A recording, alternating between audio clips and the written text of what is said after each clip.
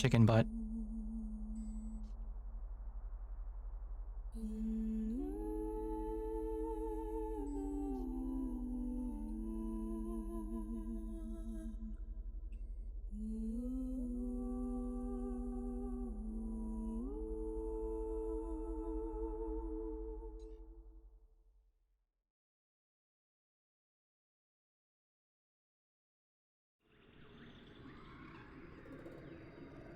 Hello, hello. Hi, hi, hello.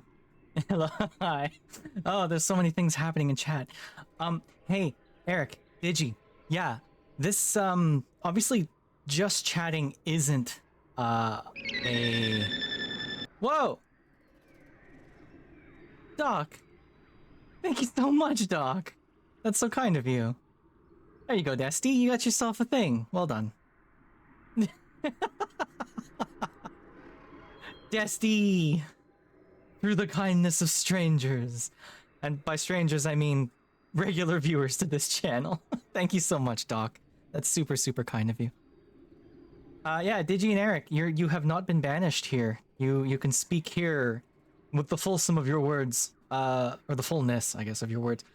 This current category is not marked mature, so I guess it's some bullshit that's happening in the UK with your dumbass censorship thing that Canada is also now trying to put one through on for ourselves. I've already written to my MP, and I'm spreading the word because no way do I want that fucking shit to happen over here. God, it sucks, doesn't it?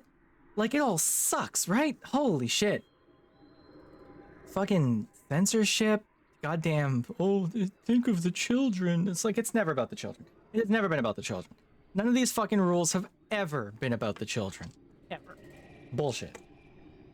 Garbage. I'm not happy with it. And if it happens in Canada, I guess I'll just suck it up, because what the hell else am I supposed to do, right? Like, when your elected officials do shit that you don't like, what recourse do you have, right?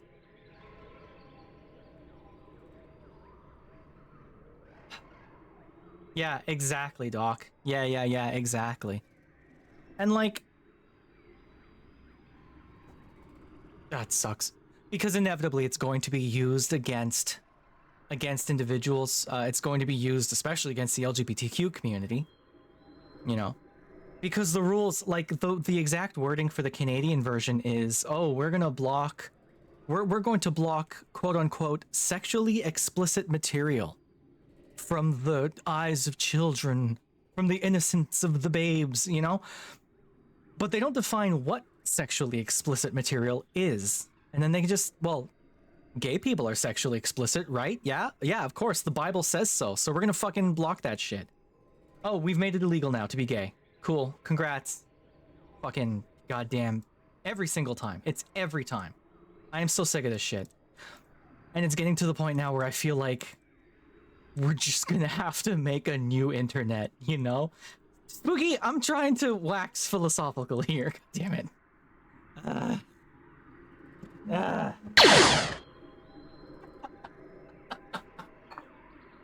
Oh, I'm glad I have a timer on that. 1, 2, 3, 4, 5, 6, 7, 8, 9, 10,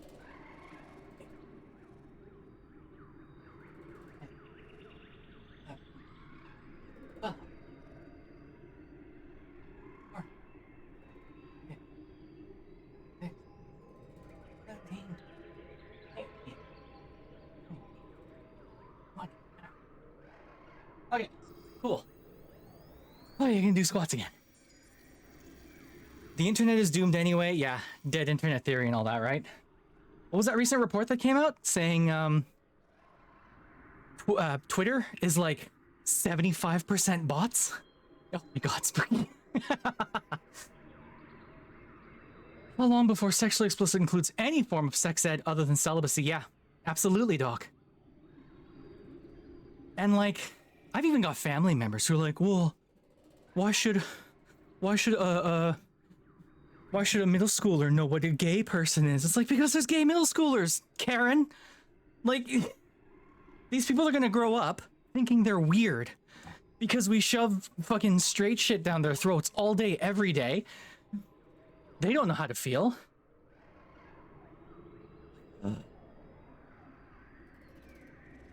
God damn it. This is not the energy I wanted to have coming into this. Hold on, let me look at this shit. Oh, I'm so out of breath. Congrats to Doc for first. Congrats to Desty for second. Spooky got third and then tortured me with... Yeah, there's the whole... All right. All right. Got tortured with push-ups and squats. You'll notice that I reduced the number of push-ups I do. Because while I can do 20, it leaves me in a state afterwards, and I don't think it's very good for streaming. No. Not doing that.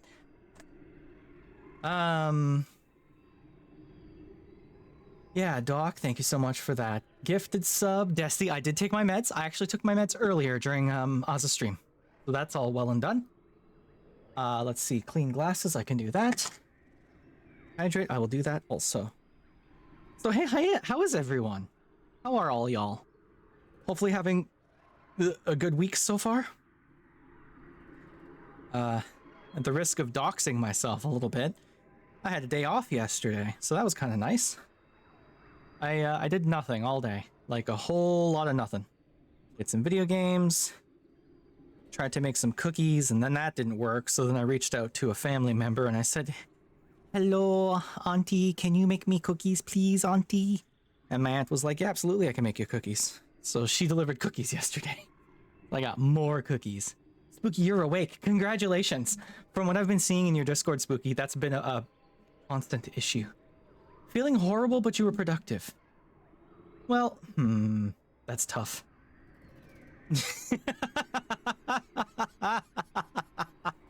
Oh no, Doc. Doc's figured it out. Where's my overlay for that one? Everyone panic, Doc has figured out where I live. Scramble. Let's evacuate.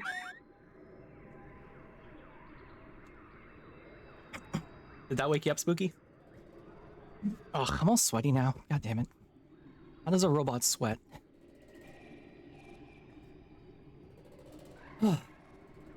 Desti, I'm sorry you're not feeling well. I hope you feel better. If not soon, then tomorrow.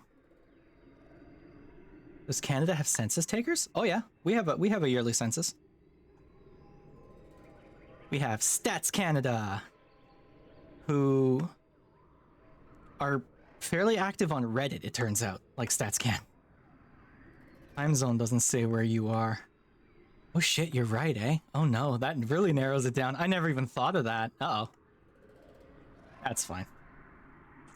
That whole chunk of Canada is the most populated part of Canada, like bar none. So it doesn't really narrow it down. The majority of Canada lives in this section.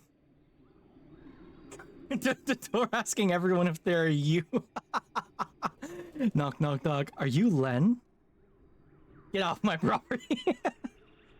Although, that reminds me of that thing I saw on YouTube, that one VTuber, where like some lunatic fan was going from house to house because he had slipped like a tracker into a present that had been gifted to her, and then used that to narrow down where she lived, and then like went window to window and like knocked on her window, and then he heard it on her stream and then broke in. Like, what the fuck is wrong with people? Ask if they are Lien.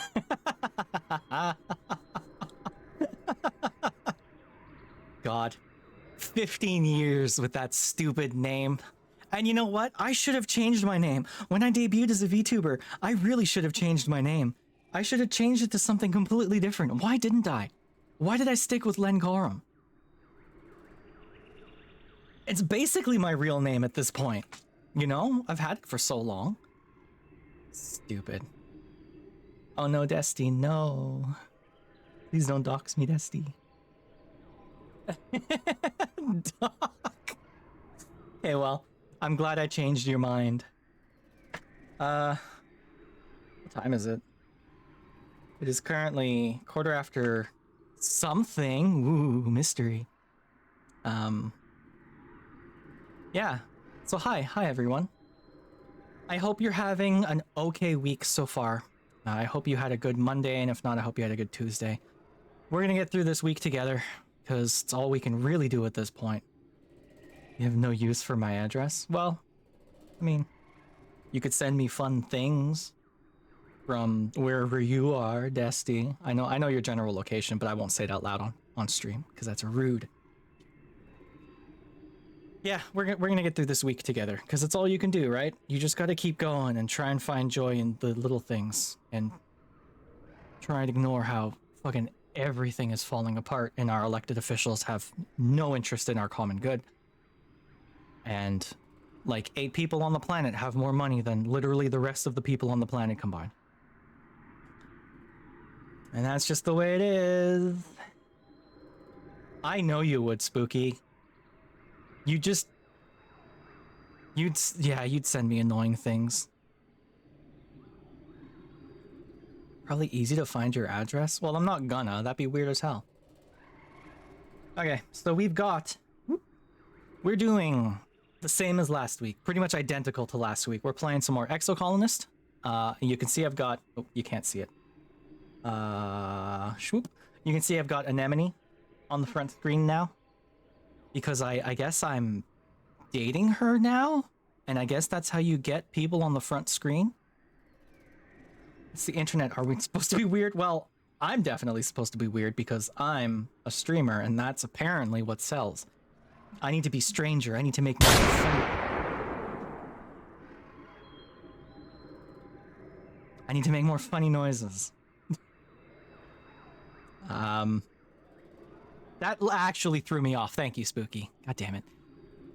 So we're doing the same thing as last weekend. Exocolonist, VR Wednesday tomorrow, and then Vintage Story on Thursday. So it's gonna be fun. Rent lowering shots. I don't pay rent. I own my house. I got lucky and I own my house. Yeah. Yeah, that's about it. It's gonna be more of the same. I think we're almost done our first playthrough of Exocolonist. We're through our first life. Mortgage lowering shots. I wish it worked that way. I guess it could lower like property values, and then maybe my not insurance, interest would go down. Maybe. You know what else would lower interest rates and mortgage rates though? Killing all the billionaires. Sorry. Eating all the billion. No, there's no good way to say that, is there? Hey, billionaires fucking suck. The existence of a billionaire is the existence of a failure in policy. Let's get to this fucking game. No, Spooky. You know I'm not about that, Spooky. I don't even have a mouth. Look. I don't have a mouth. See? Unless I do this. Bah. Bah, bah, bah. But this mouth can't eat anything because it's too small. How do I eat cookies?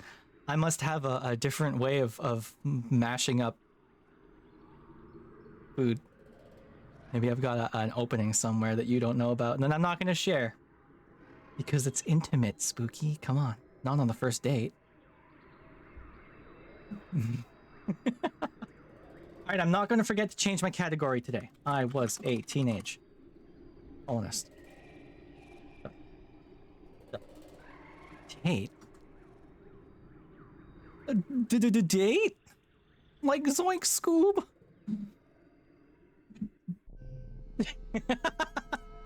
Yeah, but I'm also I'm your child, but also your brother, because Azza is both our father, but Azza is also my uncle. The family tree is a nightmare, y'all. It is a non-Euclidean shape. Spaghetti. Hi, Lon the Stepinator. Oh, that's right, Anemone grew up. And we're good friends and or dating. Actually, are we dating now? Negative. Okay. But we are good friends. Hi, Desty. No one ever uses that emote. Okay, I don't have any eggs to give her, so let's... Oh. I do have my mushroom cat. Mushroom octopus cat. What were we doing? What even is it? It's the beginning of the year. We just turned 17. We got attacked. My skills are through the roof. And I'm busy. What do you need? Nothing, but Tangent also. I like Tangent's style. Where is everyone? We got Nomi and Rex. Hi, Nomi. Nomi and Rex are oh, that guy, I fell straight into it, even though I had actually forgotten I need to narrate this whole thing again. Here we go. Nomi and Rex are talking together on the couch, legs intertwined. Oh, Rex spots you first and gives you a jaunty wave, and Nomi follows his gaze with a big smile. Hail on the Stepinator, Nomi says, scooting over easily so there's space for you on the couch. Rex pats the cushion invitingly. We were just talking about what we'd rather have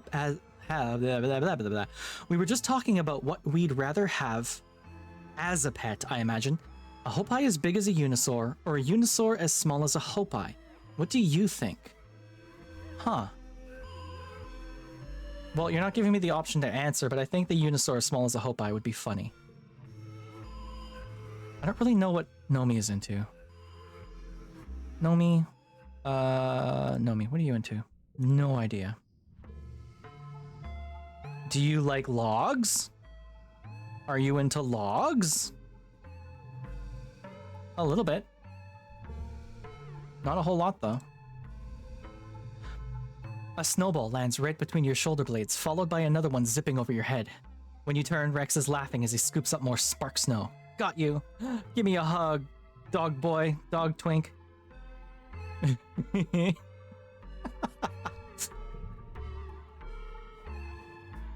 We do love the dog twink. Vase sucks. Fuck you, Vase. I refuse to be friends with Vase. If I come out of this with more than like 5 points of friendship with Vase, I'm gonna be very upset. Oh, Cal. Cal's got... Damn. Cal got buff. Shit, bro. Cal is taking a break in the shelter of the geoponics dome. As you approach, you see him tossing crumbs from his lunch into an area of uncleared scrub. And as you get closer still, you recognize the glinting of a hopi's iconic 4 eyes. Cal says, holding his finger to his lips. This one's got a little clutch of baby hop kitties somewhere. I've almost got her trust, so she'll show me back to her nest, and then I can move them outside the walls. Cool. And Papa? Your dad is poring over some reports on his holopalm. Oh, hey, little seedling, he says, distracted. Did you know that Watado plants are related to a sniff blossom? I never would have thought. He puts his work down and smiles. What do you need? Nothing. All right, so I've also grown up. What do I look like now? This, apparently. How come I don't get a picture of myself? That's kind of weird, right? Nougat, Seek, Congruence, Ret, Utopia. Yeah, I don't get a picture of myself. That's interesting. Am I old enough now to... Oh, shit! What do I look like now? It literally just changes the length of my hair. Hi, Seka! Welcome to the show. We're playing with our gender on the fly.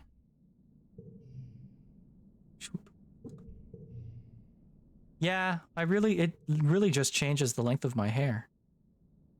I guess I was hoping that this would, like, give it to me more granular, but I guess it doesn't matter. That's okay. How are you doing, Seka? You know what I haven't done today? I haven't shouted out my friends. Gender started there. It is true. Some of you nerds are getting shouted out. Hey, go watch Spooky. Spooky is a good bean. We love Spooky here. Access to the facility scanner. Come to the Vega terminal, and I'll give you what you need. Oh. Oh, baby. I like it. The truest non-binary person is bald. Like me? Like my shiny chrome head? Eh? Eh? What is gender? Gender is a waste of time. God, I had the stupidest idea for an art commission, for an illustration commission the other day. And I reached out to an artist about it. And I guess I should say right up front, it was bordering on lewd. Like, it wasn't not safe for work, but don't open it up in the office kind of thing, you know? Or else you're gonna get funny stares. So I brought that idea to an artist, and I was cringing the whole time. And I don't understand how people can go to art. Yeah, risque, definitely. I don't understand how people can go to not safe for work artists and be like, hey, draw me this pornography without like wanting to recede into their own skin. I'm not a prude, but I think going to another human and saying, hey, here's a deep dive into my kinks. What are we thinking? It feels weird to me because I have never done that, you know? Hey artist, can you draw this thing that explicitly gets me off, please and thank you? Yeah, it's just, I've never done it before, so I guess it surprised me. So I brought that to the artist, and then the artist, as an artist does, was like, yeah, cool, that sounds fun. But how about this? And like offer different suggestions for how it could be done differently. And the one I ended up going with is like no longer, I don't think you could call it risque even anymore. It's definitely not lewd. It's definitely not safe for bread anymore. Safe for bread. Doc, you got me. It's definitely no longer not safe for work. But it is still funny. Which I think funny was like the main thing I was going for. The Wonder Bread. Are you calling me plain? Are you calling me vanilla? Listen. I keep this kind of stuff to myself. Also, hi Seka. I'm doing alright. I'm doing okay. Not so bad. But yes, I put in the request. I'll see what they say, and I might have some new art coming out, and it's going to be stupid because I think the majority of my columns now are just dumb shit at this point. I always want more emotes, but I can't have more emotes because I haven't been asking for subscriptions because it feels bad asking for subscriptions. But no subscriptions means no more emote slots. So the ones we got are the ones we got. And in fact, I have more than the ones we got. Seka, why are you not on the list? What is going on here? Stracciatella? Would go to different nuts, ask them to draw different cartoon characters in the grocery store getting cards full of Wonder Bread. Ah, that's great though. What's the meme? Draw her eating a hamburger, draw her getting an education, now draw her pregnant, right? Is that the thing? What would a pregnant robot even look like? Quarters. Then perhaps you'd consider showing me mercy. Yeah, the list. After what you I've got a button on my stream deck that pulls up my current list of viewers so I can do a shout out for them. Wait, is this... And that's the big twist. Yeah, it's handy. The leader of the Thorns is Isaac's father. What is this game?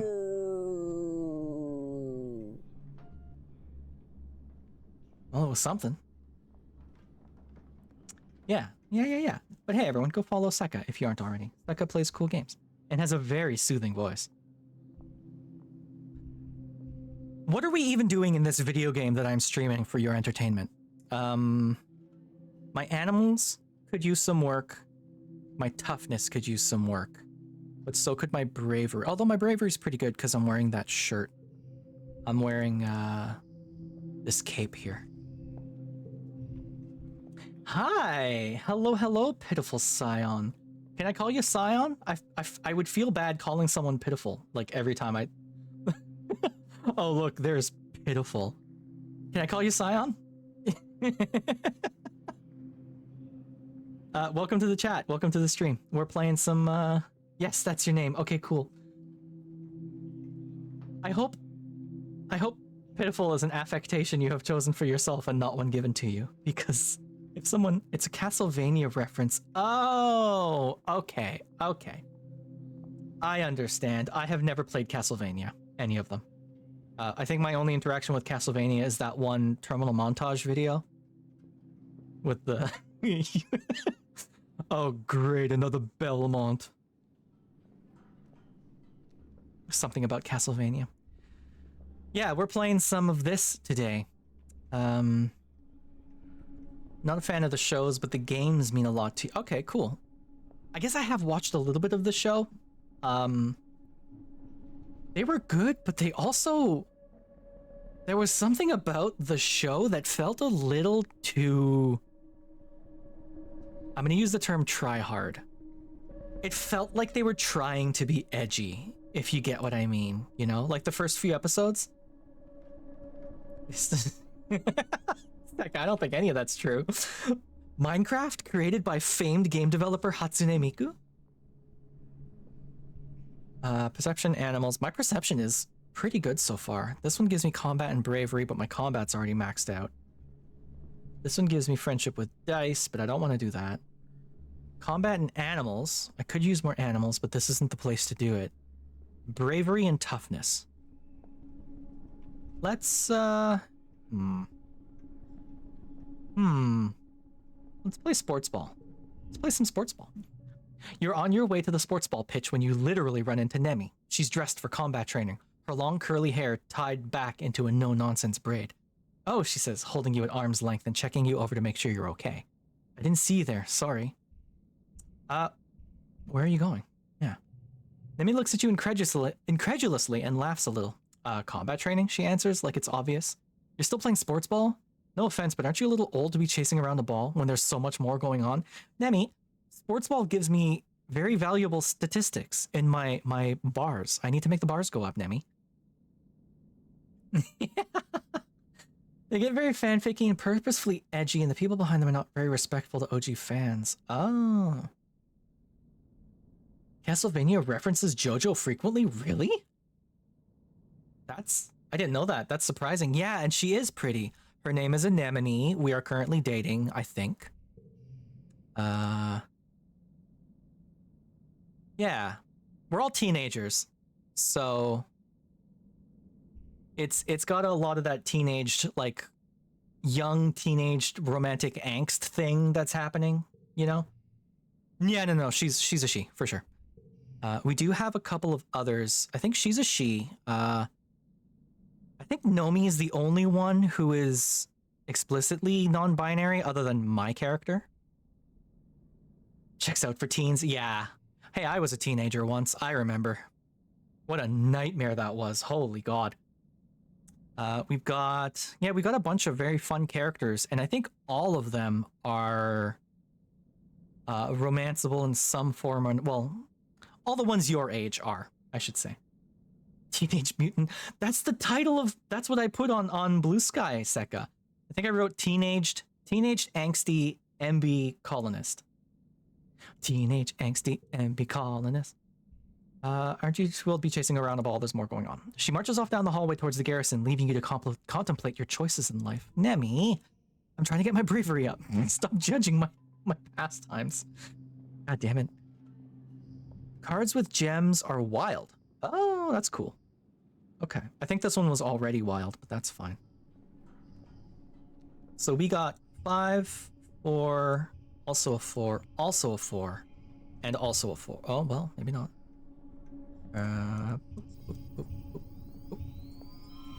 39. Hacking. The hacking has begun. Cloud. No. Get out. My firewalls. The best ska and polka from the 2050s. Is this the best possible thing I could have gotten? What if I had put a 3? Oh, definitely not. Music to eat to. Sure. Oh, it was the best possible thing I could have gotten. Cool. And more friendship with Anemone, not that I need it. It's your 17th birthday, but it's not just your birthday. Quiet is a time of new growth, a celebration of life and hope. Not for just this year. Oh yeah, not for just this year, but for humanity's presence on Vertumna for years to come. You and your friends are the symbol of that hope. Quite literally, you are the future of humanity. Ooh. Firewall wasn't nothing to me, no. Oh, cat ears. Alright, they've been deployed. Juvenile is realizing that the world is chaos and you're now into other people and want, dare I even say it, hold hands. Seka, in my good Christian stream? Yes. Scion, yeah. I have cat ears. They pop up and down like car headlights. Also, if you aren't aware of what I look like, I've got stompers. Look at my stompy ass feet. Stomp. The best of trademark. Wow, I don't remember writing that one, but okay. Yeah, Scion, it's the best, isn't it? I love that I'm finding more and more robot streamers. It's very cool. And I got my stompers out. What a heathen. Get stepped on, Sekka. This is what you deserve. Cloud has deemed it thus. When did your leg become see-through a bit? It's always been like that. I've always... Oh, step right in front of my face. Yeah, I've always had a see-through thigh. Yeah. Step. It's so you can see the bone underneath. The robo-bone. Robone.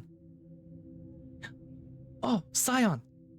Does that mean you are also into a little-known Disney-produced 3D anime called Fireball? Because I took a lot of...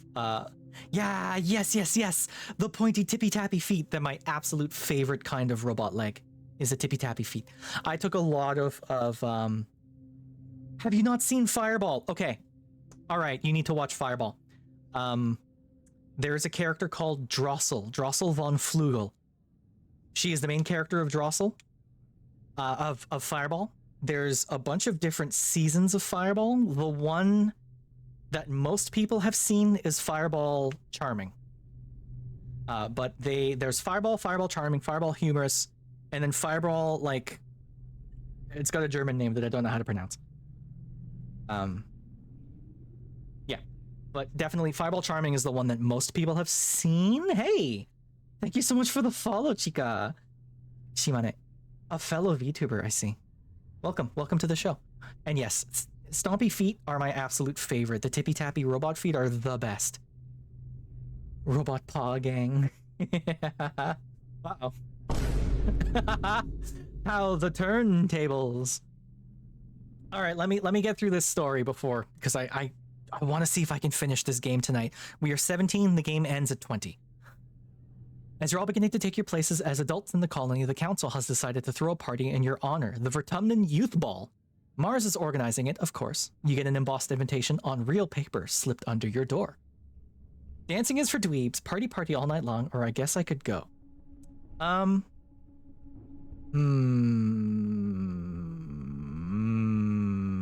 Party. Revenge. You slip into some party clothes and head over to the lounge to celebrate. Well, yourselves. And yourself, specifically. It is your birthday, after all. The lounge is all decked out. Decorations look expensive. Must have taken a lot of nanoprinter creds. Your friends are transformed too. Everyone has dressed up and looking like the young adults you're becoming. You can hardly recognize some of them. No, Scion. Hey, here's a fun fact about me. I am so easily distracted, I think I actually have it in my tags. Easily distracted. I have it in my tags. I am so easily distracted, I will go off on a tangent about anything. And like, I've even set up my stream so I can just pull my stuff away and have a chat with everyone for a little bit, you know? Yeah, I think everyone in Ghostfish is really, really easily distracted.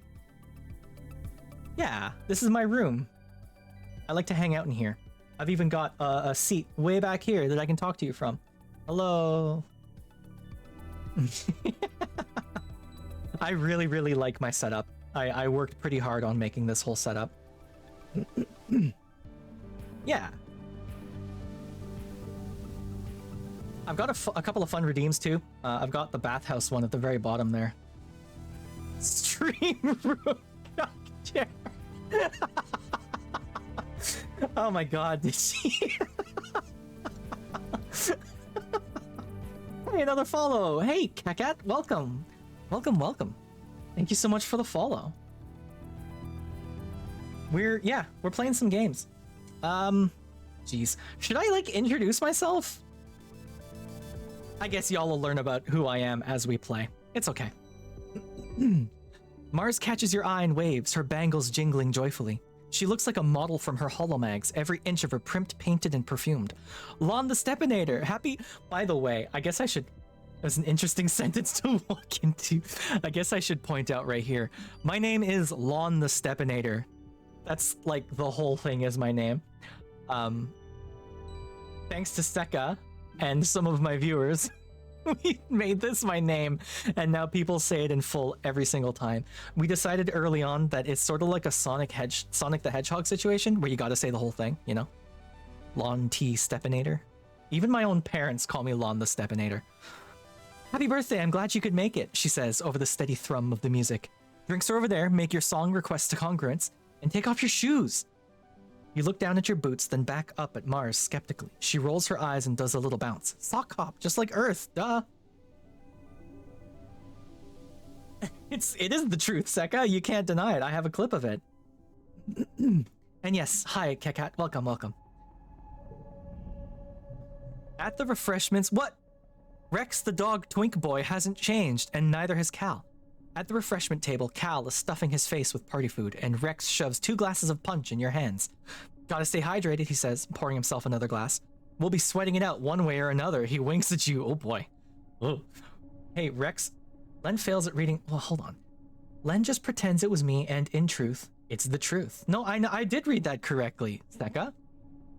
I'm good at reading. This is literally all I do in my goddamn streams. I'm picking up what you're putting down. I get you. I'm understanding. Speaking of hydrating. No, I'm not. I guess you're right.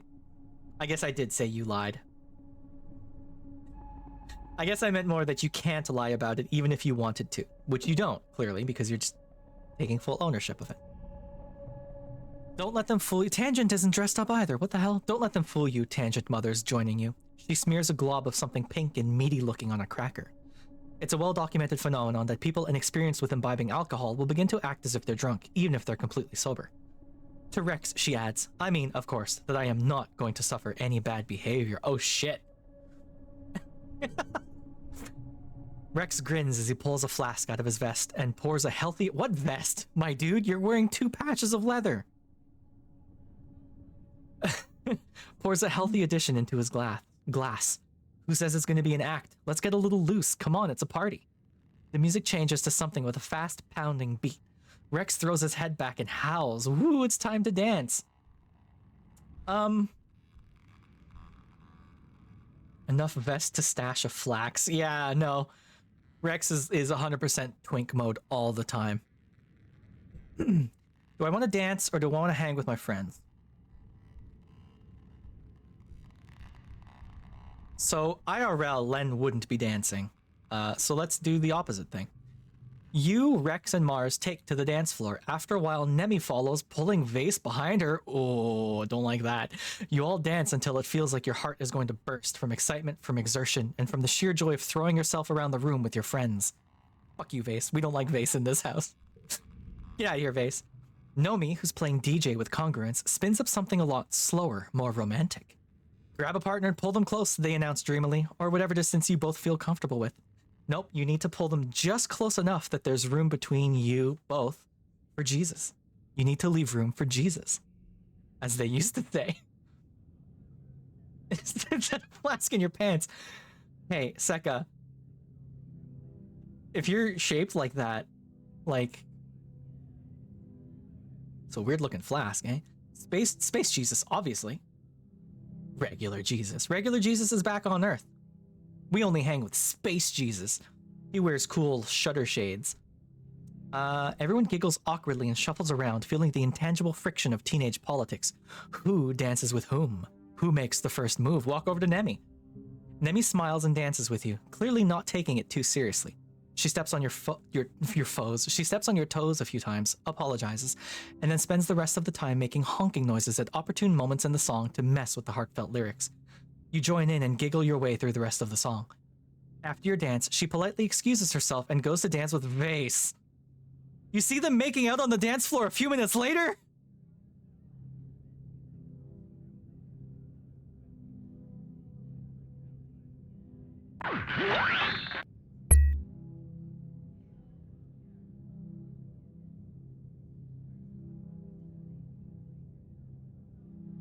Nemi!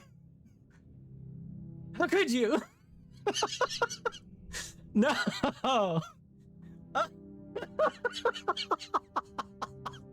God damn it.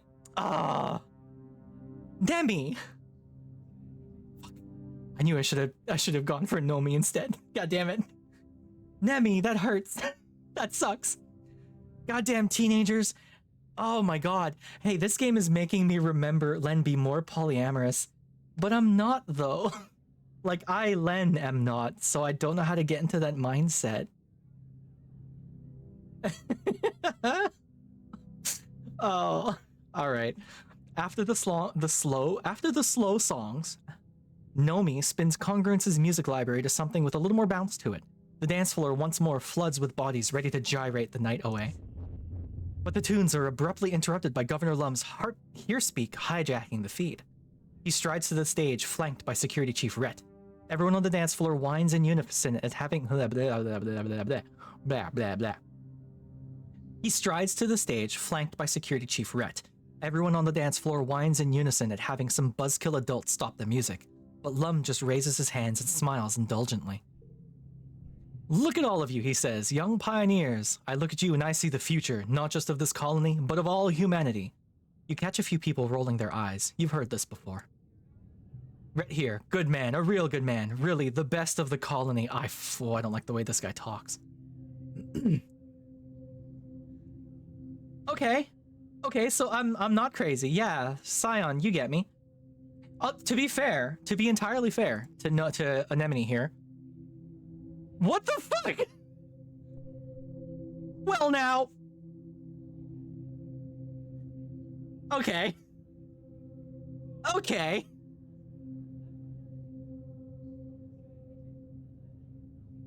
Oh, I'm not happy now. I thought that... What the fuck? Guys? What? Anemone? God damn it. Like, because the very first thing you see when you start the game is Anemone trying to save you, and she's kind of set up at the very beginning as like your closest friend. I know you get to choose who your closest friend is among the list, but Anemone really felt like the one that was supposed to be, if you've ever played a VN, like the default romance, you know, the one you accidentally go to if you just play the game without thinking too hard about it, you know? I thought, oh no. Well, that sucks. I guess I'm gonna die alone now. Yeah, right? Like, I'm coming at this from video game logic. I feel like the way I'm speaking could be misconstrued as like I'm being some sort of shitty incel or something. I'm not. I'm coming at this from game logic. I really thought Anemone was like the I'm not making it sound any better. I thought she was the default romance. And now this has happened and I'm not happy about it. You just kind of lose if you don't try and pick. Well, the thing is, I've been trying to pick. I've been flirting with her constantly. Like every chance I had, I've been flirting with her. So I guess I fucked that up. God damn it. Hey, speaking of which, real quick. Okay. Speaking of which, real quick here. I am 36 years old.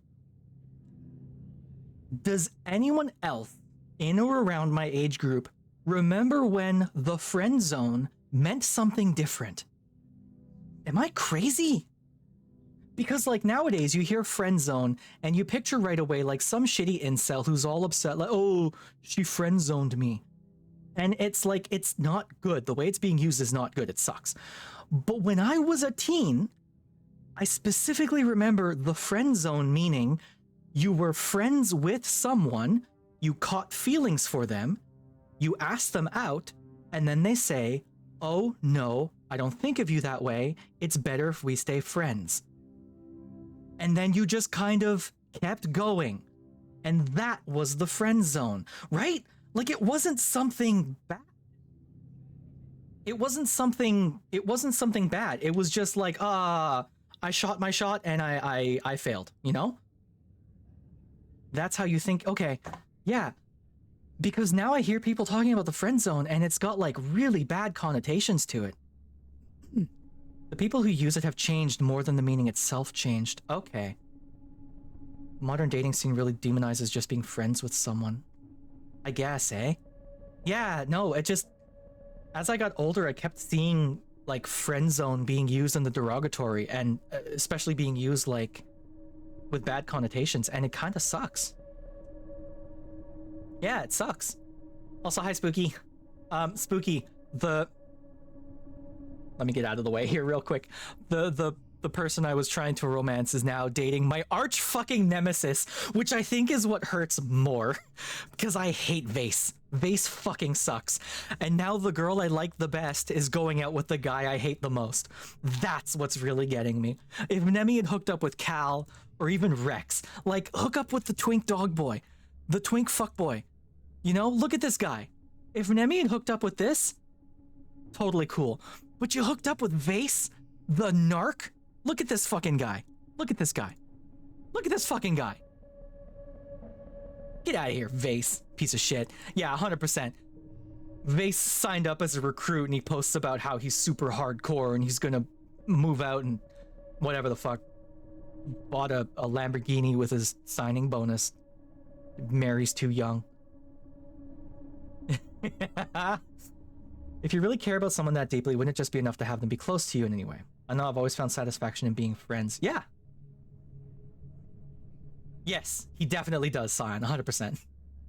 Len literally experiencing teenage years. Baseball Dodge Charger.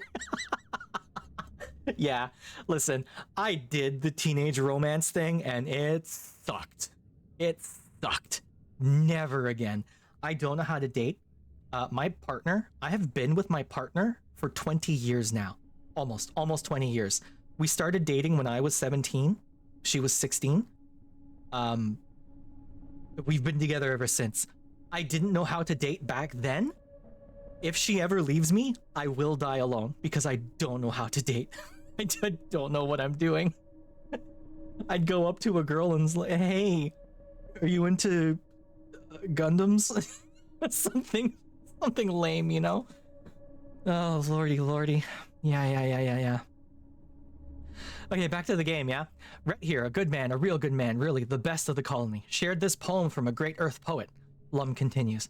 Now, I'm not one for poetry myself, but damn if it's not something I want to share with you kids tonight on the eve of something really big.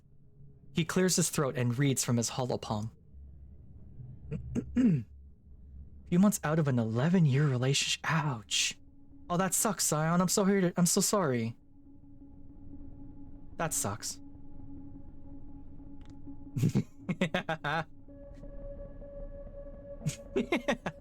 We also have high five. We have a couple of different ones. We cannot tarry here. We must bear the brunt of danger. We, the youthful, sinewy races, all the rest on us depend. Down the edges, through the passes, up the mountains steep, conquering, holding, daring, venturing as we go the unknown ways. Pioneers, oh pioneers! We primeval forests felling, we the rivers stemming, vexing we and piercing deep the mines within. We the surface broad surveying, we the virgin soil upheaving. Pioneers, oh pioneers! Isn't that Walden? I don't have a hug emote. Oh god, here.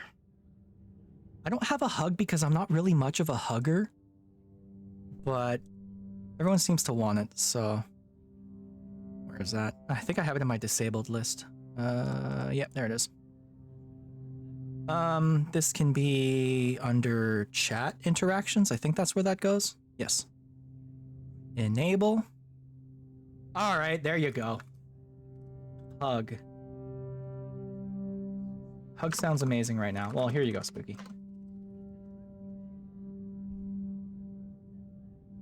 There you are. All right, I've been bullied to having hug in my chat. Isn't that Walden? Pioneers, oh pioneers. I'm gonna Google this really quick. I need to know.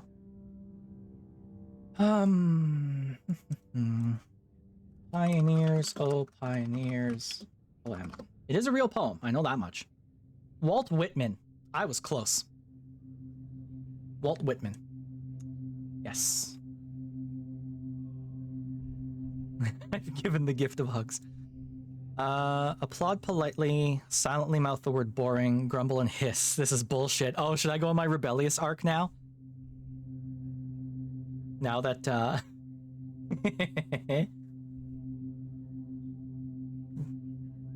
I'm still really upset. Nemi's with Vase. That stings, y'all. Rhett looks a little pained, but Lum continues. What do you think that poem means, kids? He asks. Does it mean we should sit here in our colony, politely waiting for this planet to make a space for us? He clenches his fist evocatively in the air. No, he exclaims. It means we need to get out there. We need to grab Vertumna by the balls and make it respect us. This guy sucks. Go full rebel. I will for my next playthrough. You know what? Vase and Nemi leading the cheering. Ugh. He points to you specifically. I need you, the next generation, to lead the charge. This is your planet and...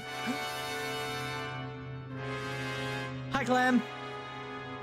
Before you went to bed, work tomorrow and want the top of the guy to the left? No, you don't... Oh, you want the top of. Okay, because this guy sucks. You don't want him. And thank you so much for the subscription, Clem. That's super kind of you. Yes, we're all looking forward to your debut tomorrow. Go invade Iraq. Jesus Christ. Seka. This is your planet, and you're old enough now to defend it. I'm asking all eligible fighters to join squads massing in expeditions, to get out there and attack those monsters where they live. We're taking the fight to them, no more hiding behind our walls. To your left, Vase and Nemi lead the cheering that erupts.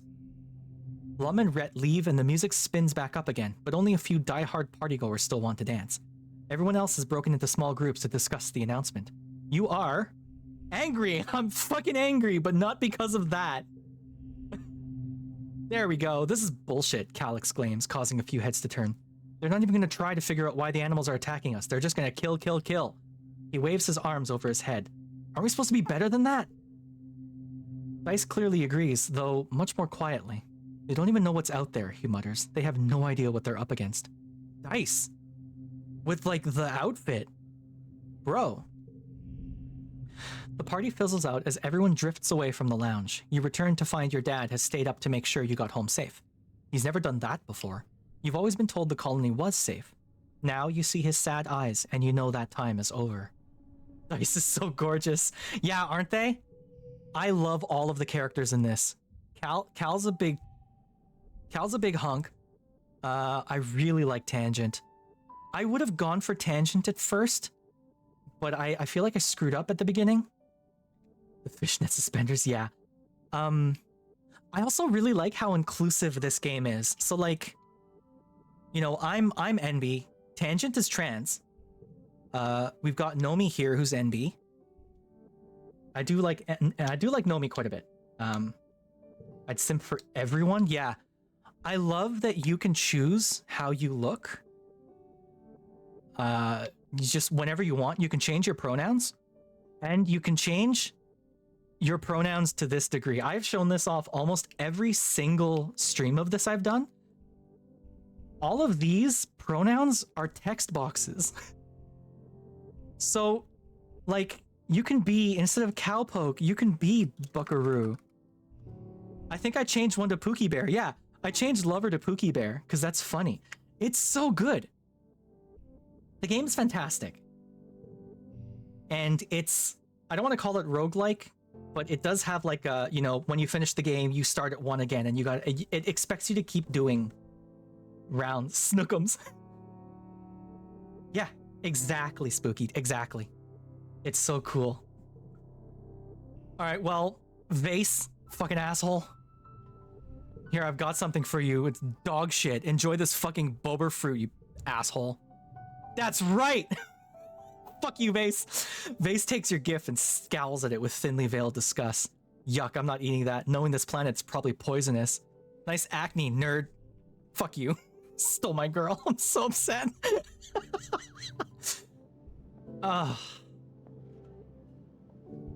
Well. Give him garbage, I did. Enjoy the goop ass fucking fruit, loser. I'm just upset. Every playthrough unlocks new pronouns. Christ. I am he times 37. They times 48.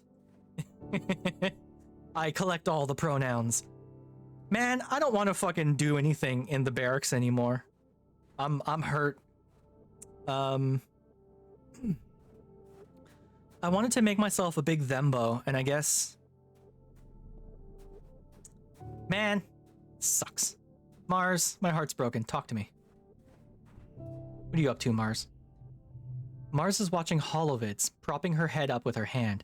Newton's bloody apple, she curses. What an interesting swear.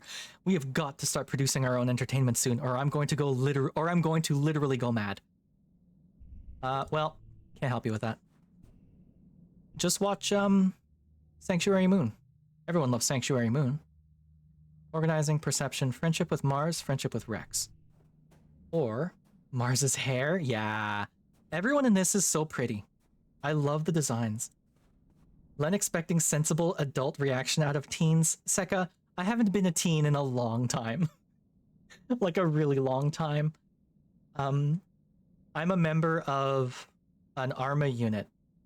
And our minimum age requirement is 16. And I think we have a 16-year-old in the unit. And it's so weird talking to him. Because it's like, God, I remember when I was 16. That was a long time ago. That was 2005. What the fuck? 2005 was ages ago. It was 20 years ago. What is going on? You know? Yay! Hey, legitimately one of my favorite things about my streams is whenever someone adds a game I'm streaming to their wish list. I love it. No, Sari! Sari's a good bot. Man. Friendship with Nemi ended. What the fuck? I guess I'll try and be friends with Tangent and Nomi now. Get my engineering up? God, my engineering is garbage. There was no reason to do that. Biology and organizing, maybe? Man.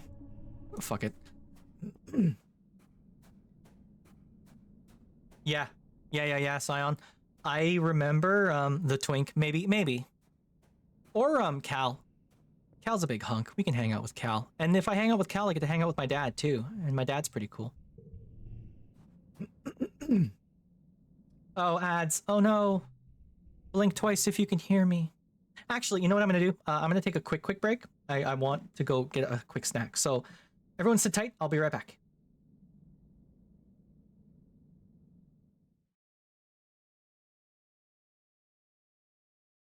Sending it. Gentlemen, be sure we're looking at our west and our south. Do not get fixated in one direction. I think they already killed FMCAS. 360 security. Whatever. This is all I got. Infantry already killed FMCAS. You still want to proceed? I sent it out anyway. What you have out there? Okay, canceling. It's already happening. You sent them! I did. Tell you two yet! I got excited. That is very unfortunate. Topsides fired a bit preemptively. I thought it was a danger mission. Premature, Listen. Martin Jackson. Did I kill anyone? Oh no! I'm so sorry. I am terribly sorry for this accident that we had. I hope everyone's still fine.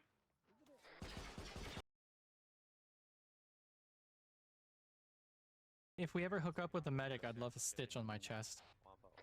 Ask Castle. Kessel-san. Can you give me a stitch, please? No. Keep it walking. If you're bleeding, Kessel. No! Alright. Inspector, go ahead Loud and clear. Hey, surround them. Loud and clear. Stitching. Thank you.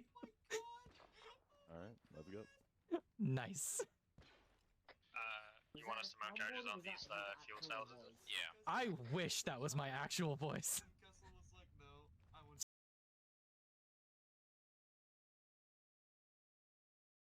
Monitor. Testing. Oh.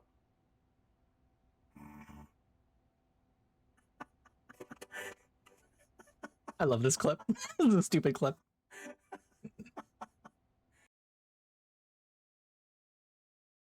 Oh, there we go. Ads are over. Hey, Topside. Yo. For later Yo. intents and purposes, would you be interested in going TL? What do you mean? For like. I don't know what I mean by later. Spooky, how could you? How could you? Honestly. Ads are almost over. And the ads are done. Hey, welcome back, everyone. Welcome back. Scion, not a problem at all, at all, at all. Not a problem. I never tell people to subscribe if they want to skip the ads. There are many different ways to skip the ads. There's ad blockers. My favorite method is if you're in like, I know Firefox can do it. I don't use any other browser, so I don't know if they can. But Firefox can do picture-in-picture. So like when the ad starts, it takes over the main screen like section, and then my stream gets scooted off to the side like above the chat, right? And I can pop out the stream in picture-in-picture and just turn the volume back on and then keep watching. So that's my favorite way of getting past the ads. Only subscribe to me if you want my emotes. I do have very, very cute emotes, I will say that. But yeah, there's other ways to do it. Yeah, picture-in-picture can get around ads. It just, you pull it out and you turn on the volume. It's great.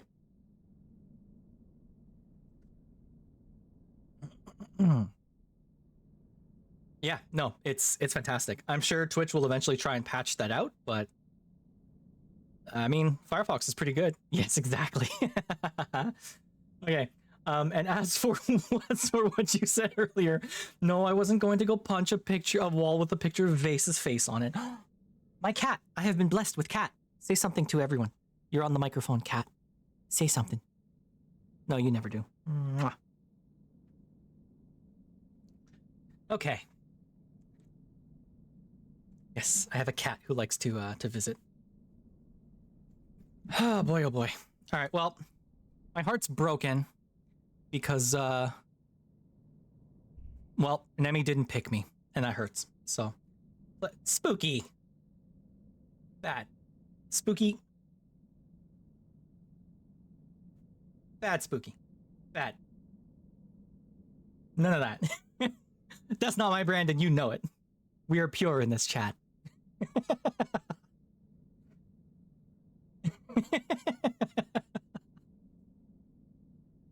I don't think I ever have. I think you were the only person I've ever used that on. Or no, I've used it on Desti once when Desti was being mean to himself. Because we don't fuck with that in this chat. The only person who can be mean to themselves in this chat is me. Everyone else is amazing, and you shouldn't be mean to yourself. Unless your name is Vase, in which case, fuck you, Vase. Look at this asshole. Look at this stupid asshole. Fuck you, Vase.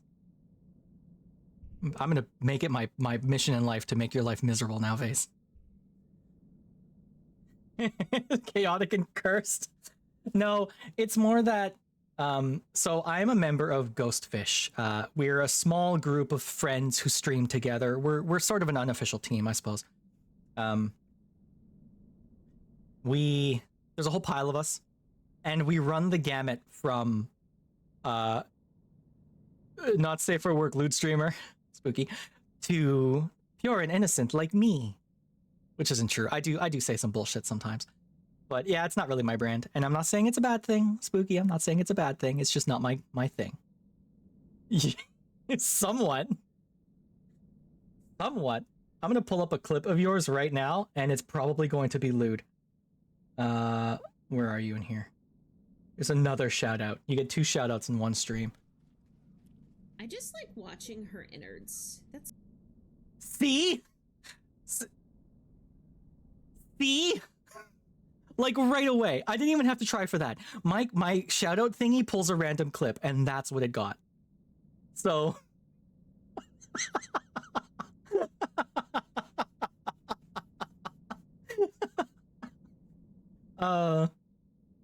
same with us. Oh, cool. Drawing people from your friends is very yeah. No, that's cool, Scion, for sure. Yeah, we support our chaotic friends, for sure. I am not above swearing. I think I've already sworn a lot. I just don't really do the loot thing.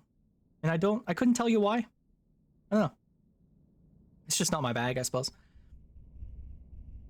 What am I doing? The game is this quiet, by the way. There's no audio coming from the game right now. Biology and toughness, friendship with Cal. Toughness, friendship with Cal. Tend to the animals. Animals, empathy, and friendship with Cal. Or relax in the park. Let's be better friends with Cal. You meet your dad by the animal pens, fresh and ready for your first day at your new job. Your dad laughs at your clean clothes and your scrubbed face. Oh, Pumpkin, I'm sorry to tell you that you're a little overdressed for the position, he chuckles. You're gonna get dirty and all heck today. Go on, put on these overalls and let's get to work. You change and follow your dad to the float cow pens. He rubs their noses as he points out their names. I know they're cute, but these ladies aren't pets, he says. They're livestock. And more than that, they're not really domesticated like our animals back on Earth. They're more like tame. Kapla!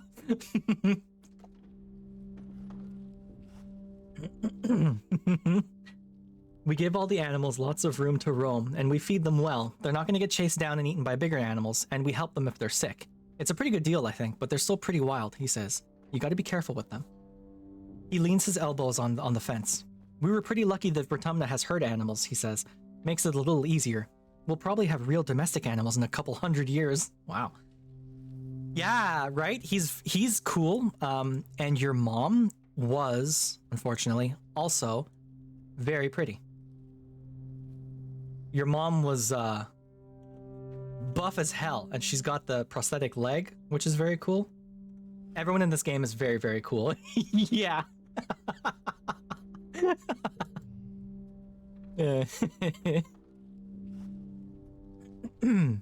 And yeah, Dice started out as sort of the quiet, weird, like loner, but he's sort of grown up. He's found his own way in the game. Man, who else am I friends with? I'm kind of friendly with Tangent. And Cal. Not so much the others, though. My pupils got so big. A couple 100 years. Well, kiddo, your dad says, spreading his arms. We've got all these animals. What do you want to learn about first? Oh. I don't think we should eat animal stuff. The bristle slugs. It's a seal. Oh yeah, we've got a ton of them, he says. They're great, slow and gentle and easy to catch, which you already know. Don't let the spikes fool you. They're actually really cuddly, and don't mind it when you pet them. It actually helps them. In the wild, they'd be scratching up on all sorts of things to knock off those itchy berries. I know, Nomi is so cute. I think next go around, I'll try and, I guess romance Nomi? That feels weird to say. Well, whatever, you know what I mean. The float cows. Your dad gestures at the herd of float cows. Here they are, beautiful, aren't they? And pretty gross. You don't want to know where they make their milk, but it'll give you a hint. It's not dairy. I mean, technically milk is just like modified blood. It's a protein, right? Like it's just modified fluids from a critter. So, being pan is a joy. I couldn't do it myself, but I totally get it, you know? He laughs at your wrinkled nose. It's not any weirder than when people used to drink cow's milk. I mean, who's the first guy who decided to do that? Well, I suppose. We figured out that if we keep feeding them what they've been eating during pollen, they'll keep making milk year-round, he continues proudly. It makes them heavy enough that they don't float away. Otherwise, we'd have to keep them on leads like balloons. Sugar bugs! Your dad takes you to the rows of crates where the soft, squishy sugar bugs are all clumped up together in the moist muck. These guys are pretty cool, he says, picking one up. It perfectly fits in his palm. They're a colony just like us, and if you tickle them, you get... He brushes his finger along the top of the sugar bug, and a little jet of gooey stuff comes out. Sugar bug syrup, he says. Pretty neat, right? Well, I guess. You love bugs. Scion, you're a beacon of light here. You're so joyful. Get to admire pretty ladies with your hubs. Yeah, for sure. Oh yeah. I suppose when I was younger, I didn't quite understand,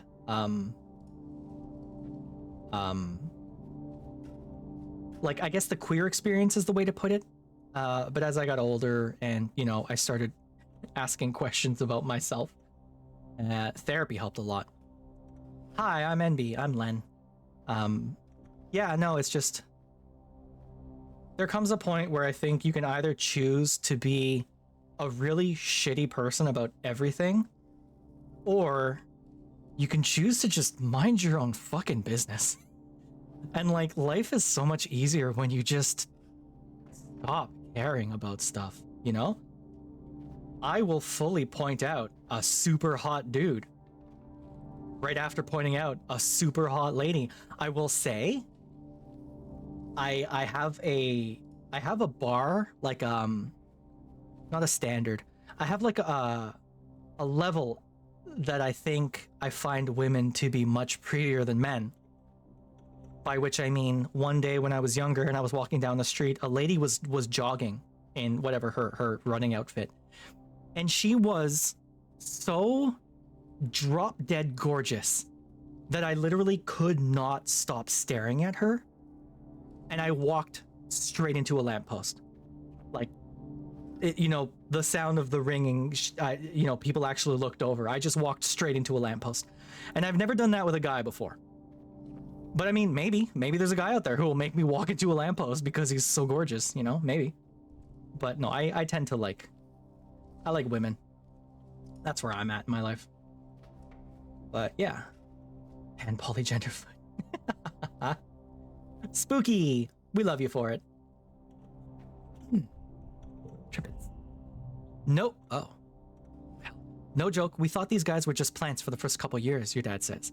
We transplanted them from the wild into the greenhouses, but I guess that was just part of their life cycle, because it turns out they're sentient and can move around and stuff. Weird.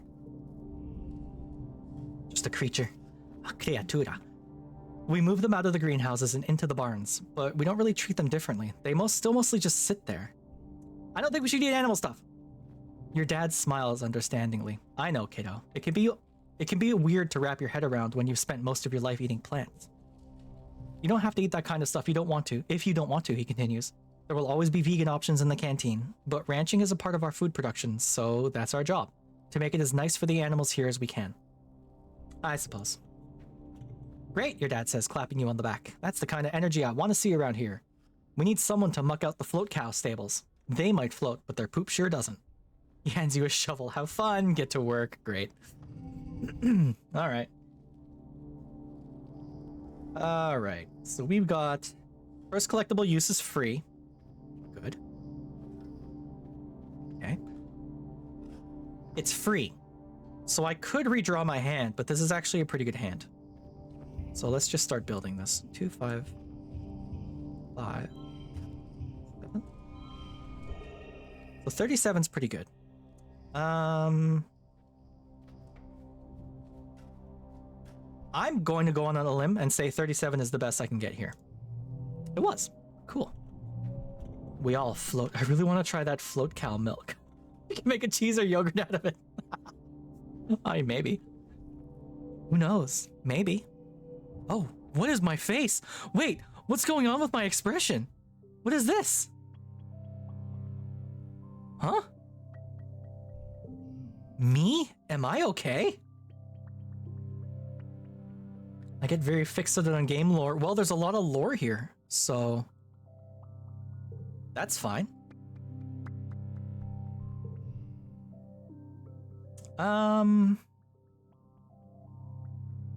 Yeah. I want to max out this section here, I think. I think that would be fun. So let's do a quick run through the town. Let's go see if I can bully Vase, actually. I'm gonna bully Vase a little bit. Hey, Vase, shithead. Here, I have something for you. Have another fruit. My guy. Fuck you, Vase.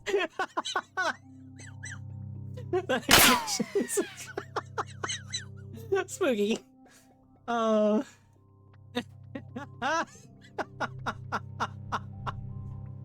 I wonder if it's because I played sports ball that one time and Anemone found it disappointing.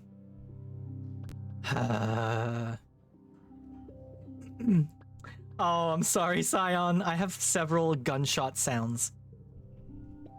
Oh, that's right, it's my stress level. I'm at stress 75. That's what it is. Friendship ended with Nemi. Now, Pebble here is my best friend. Bath time! Welcome to the bathhouse. We get nice and splishy splashy in here. Check this out.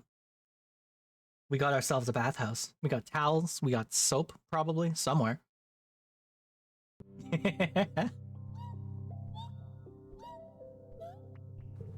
Tangent.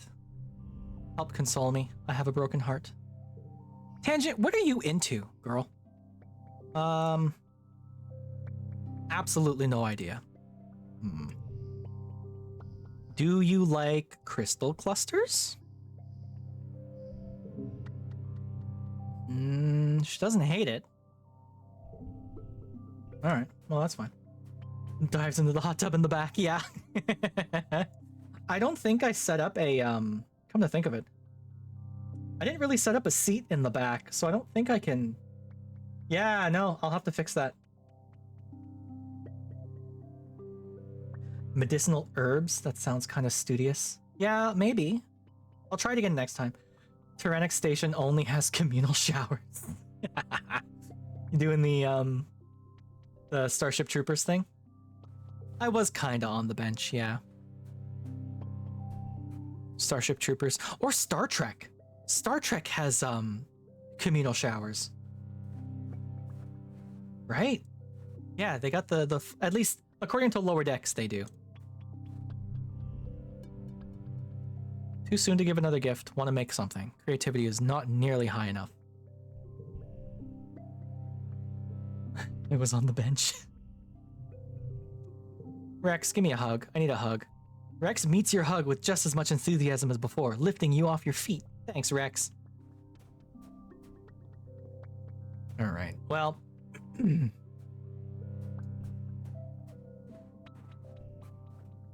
let's keep working with these animals. And the animals.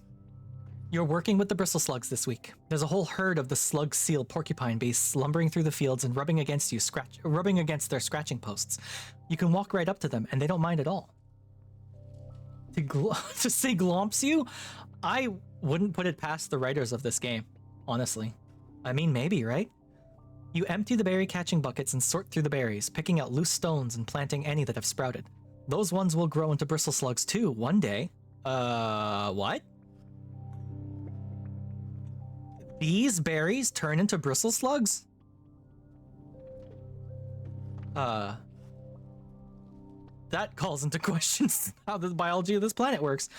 It's not wet season when they're fully bristled and cranky about territory, so everyone's playing nice. It's a nice, calm month of picking berries and scritching slugs. You spend some time playing with the cute bristle slugs you found while foraging. Emerald. She's looking bright-eyed and happy. Yay! I saved this one. Are bristle slugs plants or are those berries eggs? So far, all the critters in this game are both plant and animal on this planet. So, yeah, everything is sort of in between. There's like no real split between the two things. Okay. You come back from lunch one day to find the door to the pen wide open. Whoops. You must have forgotten to lock it. Good thing bristle slugs don't tend to roam. You do a head count. 15, 16, 17... you seem to be short one bristle slug. At least it's not Emerald. She's still relaxing in the pen, happily snoring away. Luckily, bristle slugs aren't very stealthy. There's a glistening slime trail leading towards the ruins of the stratospheric, decorated with little clusters of berries. You lock the gate and set off along the trail to find your wayward bristle slug. Cool. Track it down. You easily find the bristle slug. It's gotten itself wedged between two panels, scritching back and forth on the most perfect scratching situation possible. You laugh and fill your shirt with the berries like a bowl, then gently nudge it back towards the herd. It's slow going, but eventually everyone's back together again. Good work, rancher. Howdy, partner. Good job, buckaroo. 3, 4, 5, 5, 6. But this 4 is going to turn anything I put in front of it into something different. Bonus to straights, +1 bonus to physical cards. Okay. Slime. So, boop, boop, boop, boop. 37 ain't great. 36 is even worse. 4, 4, 4. I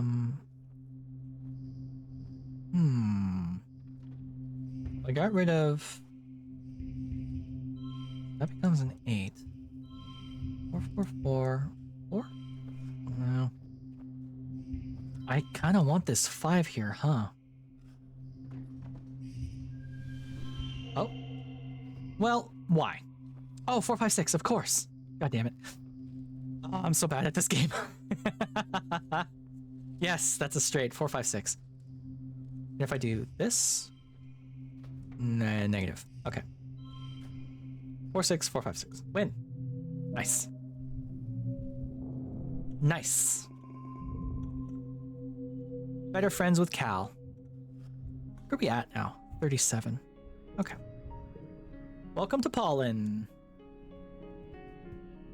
I don't think we're gonna get to the end of an egg. Nemi's favorite thing. Guess who's not getting one? Hi, Dice. Oh shit, people have moved around. You need a break soon. I'm at 85, I'm alright. Dice is squatting at the edge of the colony, staring off into the wilderness with his arms wrapped around his knees. Doesn't matter, he mutters. Soon I'll be gone, and then you'll be gone. He puts one hand on the ground. We'll all be gone eventually. Crawling in my skin. You dare Dice to explore the creepiest, darkest part of engineering, deep down where even Chief Engineer Instance never goes, under the recycling room where they say there are ghosts. You set the mood, then sneak around behind him, put your holopalm flashlight under your face and shout, "Boo!" Value is wild? What does that mean? He rolls his eyes. Lon the Stepinator, think about it. If there were ghosts on the spaceship, one of them would be my mom. Oh, that's sad. Oh yeah, you guess that would scare a normal person, but Dice still isn't scared of anything. I guess. Yeah, the value is probably random. Hopefully the value, it's either random or it just becomes what you need, right? Maybe? That would be cool. Oh, I can keep daring him. What? Isn't it obvious by now? Dice snaps. Just leave me alone, Lon the Stepinator. I just want to be alone. I dare you to. You gulp and bravely dare him to tell you. What's the deal between him and his sister? Yeah, no, sure. That's rough. Who was the child that died at the start? That was Tammy. Like year 1, she died. She died when she was 10. It was literally year 1. That was heartbreaking and really shocking. Like it just happened. Spoilers, I guess, for anyone watching. Sorry. Yeah, that sucked. What about her? Dice scowls, digging the toe of his boot into the dirt. She's smart and perfect and everyone loves her. You wait patiently. Sometimes being brave means sitting in the silence. Eventually, Dice crosses his arms and shrinks in on himself. When Tang got her genome therapy, all anyone wanted to talk about was how I shouldn't be sad about losing my brother. Like they had to tell me that, Dice says, huffing indignantly. I'm her twin. I knew she was a girl like 5 minutes after she did.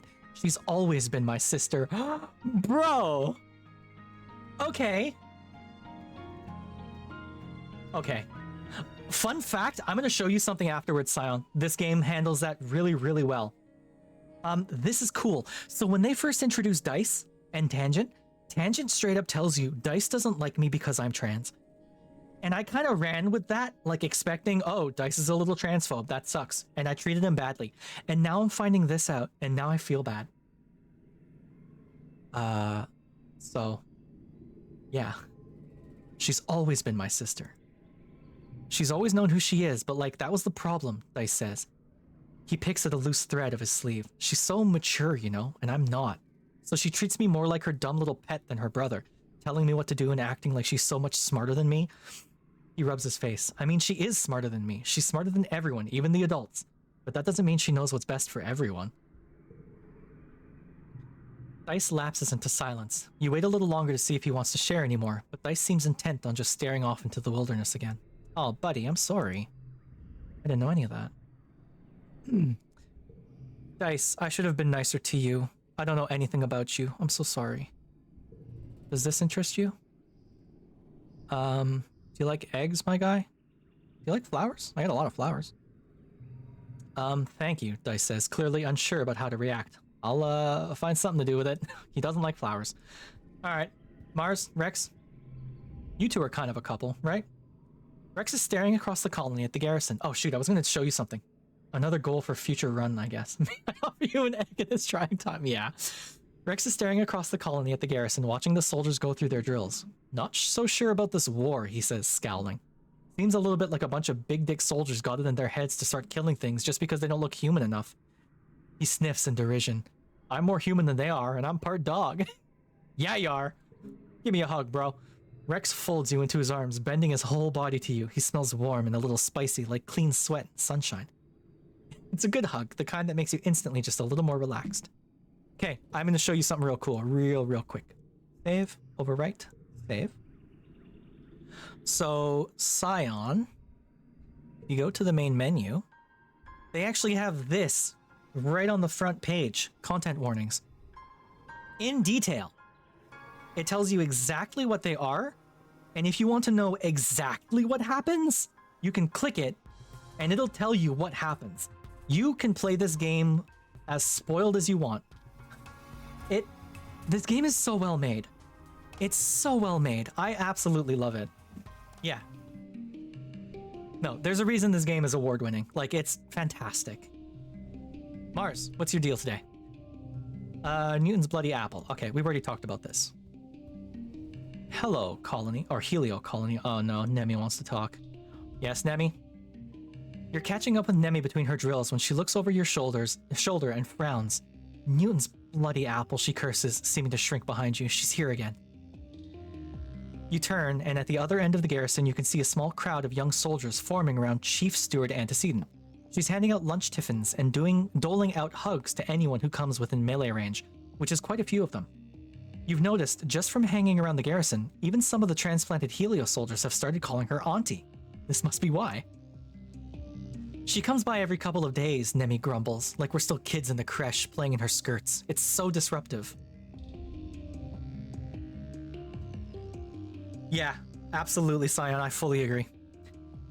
Eventually the crowd around Antecedent thins, and she makes it over to you and Nemi. She greets you with a warm hug. She smells nice, like flour and yeast. Oh, Antecedent, she's so pretty. This is Nemi's mom. We like Antecedent. Hello, Lon the Stepinator, she says. Have you eaten? Not yet, Auntie. I'm gonna be nice to her. She smiles fondly and hands you a tiffin, still warm. It's important to keep your strength up, my love, she says, and pats you on the cheek. Dad just came in and handed me a die-cast Jazz. Oh, the Transformer, cool. That's cool. I will admit I don't know very much about Transformers, but I do have a very sizable collection of anime figures, so I fully understand the draw of plastic figurines. Even if this one's die-cast, I get it. I'm right there with you, that's cool. Antecedent turns to Nemi. You can almost feel the temperature in the room drop several degrees as Nemi stonily stares down at her mother. Antecedent's smile grows thin, and she clutches the handles of her basket. How about you, Annie? Have you eaten? Do you need... Oh no. Nemi scowls and crosses her arms. I'm fine, she says, cutting off her mother. Just like I was yesterday and last week. I don't need you to manage me, Nemi. So many Transformers. Saw the die-cast Jazz in the store the other day, but passed it up. Oh, I feel you. I went on a trip to Japan last year with my partner, and in Akiba, in one of the shops we went into, there was like a massive Tengen Toppa Gurren Lagann figure. It was like $400, and I passed it up.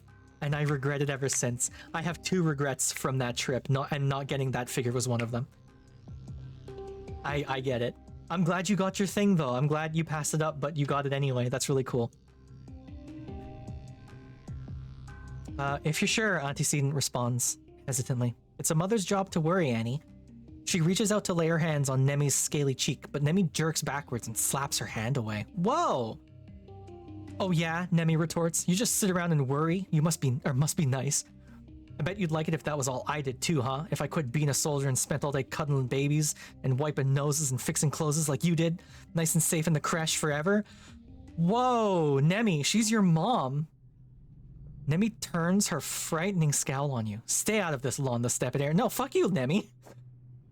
I've never thought that, Annie, she says, laying her hand on her heart. I worry because I love you, and I always will. I'm just doing what I can to keep you safe. Love doesn't keep anyone safe, Nemi exclaims, raising her voice enough that some of the soldiers turn their head to watch. Her thunderous expression convinces most of them to get back to their business. Nemi clenches her fist. Love didn't keep Calm safe, did it? She says, her voice breaking. There's no amount of love or worry on this whole stupid planet that can do that. You should just stop, okay? Stop or do something actually useful. I'm never gonna be like you. I'm gonna fight. Sign is designed in the style of Transformers animated. Oh. Nemi, calm down. Yeah, like on one hand, we're still good friends. She is 16 years old though, right? Like, we all got hormones for days. Hormones for days. I can't get over how much this game is giving me high school feels though. This still hurts to see. I'm such a loser. Oh my god. Okay, gonna fight. Oh no. Vase. Oh.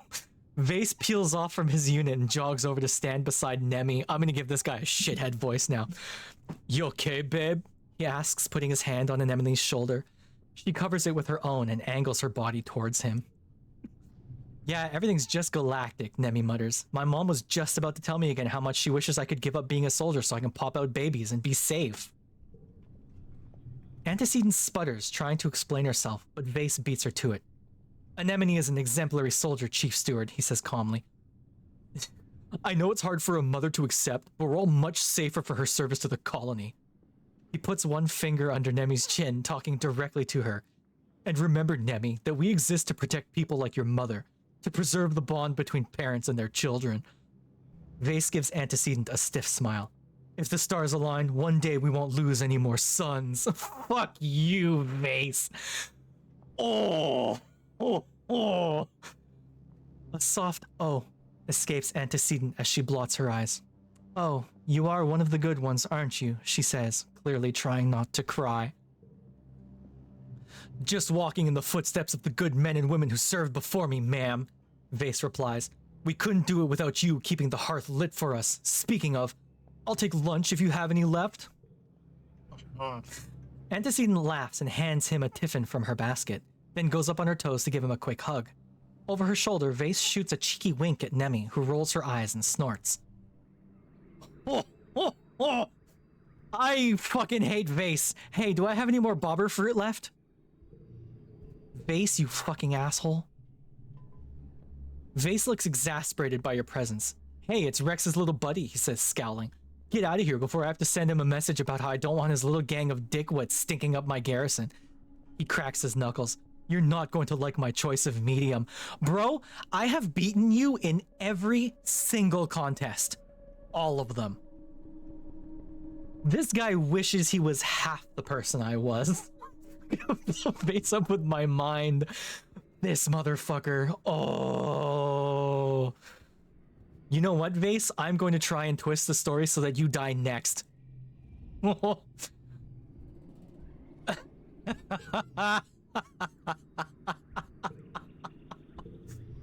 my god, I'm so annoyed. Fucking Vase. You must go get food. Okay. Enjoy your food, whatever it is. I will still be here. We're gonna go for another hour and a half or so. I'll still be around. Cal's digging at the garden with even more passion than usual. Stupid soldier assholes, he mutters, throwing weeds into a growing pile. They think they're so important. Well, you know it's harder to grow stuff than it is to kill it. Not that they would know. He sighs and lets himself fall back into the dirt. There's only a war on nature because we keep pissing it off, he says, gesturing to the pile of green weeds. We're an invasive species, literally. We just gotta figure out our niche in the ecosystem, man. Yeah, bro, I feel ya. I'm with you with that. Nomi? Everyone's so serious all the time, Nomi says, touching their chin with the tip of their finger. I'm trying my best to help, even if I'm not good at soldier stuff. I can at least make things that people smile. That's important too, right? Yeah. Nomi? Do you like eggs? Nomi looks a little surprised. You brought me a gift. OMG. Thank you. Okay. So she doesn't care for eggs. We already talked to them. Hi, Quinn. I was doing okay. And then Nemi picked Vase over me. And now my heart is broken. My heart is broken. Oh. Alas. Alas. So it goes. Yes, I do have gunshots. Morning, Mealybug. Help him with the animals. Your dad is running some kind of test on the Trippets. He's playing different chords and trying to see if they have language, or are just making instinctive animal calls. You help him by holding up random objects and trying to determine if their sounds map to any understanding of what they're seeing. Ooh, cards to the become 5. Well, that's nice. They're either saying kill all humans or Linguini sports ball, your dad says, staring at the readout on his holopalm. I just can't be sure. Sure, Dad. My dad's the coolest. Animals, empathy, friendship with Cal, kudos. How's my shit doing? This gives me 10 stress. Yeah. She has a nice haircut? She? Who's she? Oh, Nemi. Yeah. Yeah, Nemi has a cool haircut. But awful taste in guys, so... You know. Ranching is good, honest work. You work hard every day, mucking out stables, milking cows, gathering bristleberries, and all sorts of other important jobs on the ranch. You can feel yourself becoming stronger, not just physically either. Working with the animals makes you feel more complete in a way, like you're really contributing to something larger than yourself. Yay. -4 to last card. So whatever goes here, I hate this card, man. This card sucks. Oh, look, 8, 9. Can't do that. 3, 4, 5. 3. Nope, I guess it becomes a 4. 4, 4, 4, 5.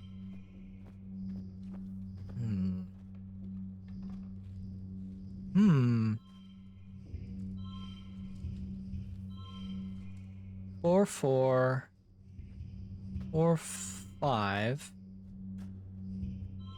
3, 9. Can I beat this one? If I get rid of this, put this, 8, 8, 4. Well, I can get exactly 33, but I can't imagine this is the best I can do. See, this one becomes a 3. Ah, screw it. Nope, not even a little bit. I could have gotten 38. Shoot. Oh well. Alright, it is mid-pollen. We're gonna keep doing what we're doing. My animals is almost maxed out. So I'm gonna have to start doing something different. Alright, quick run of the colony to see if there's anything new. And then we will continue working on stuff. Unless I want to spend a second in here. I could do, right? Like, there's no harm in it, really. Creativity, empathy. More empathy might be nice, though. Creativity, persuasion, friendship with Tangent. Friendship with Nomi. Friendship with Tangent. More biology. That's my biology? Not great. Let's go max out animals. Why not? You need a break soon. Oh, that's right. I do need to stop. Relax in the lounge. Plus friendship with Rex. Okay. Nomi and Rex are playing an improvisational storytelling game, taking turns adding words one at a time. You find it hard not to listen. Oh, I've read this one before. We are swimming through a purple treacle river. A tentacle emerges to wave hello. Please let me forget a bad one. So this one's unchangeable. This one's +1. Man, I want to keep both of these, though. Let's get rid of this one. Why not? Alright, stress is gone. And it will soon be my birthday.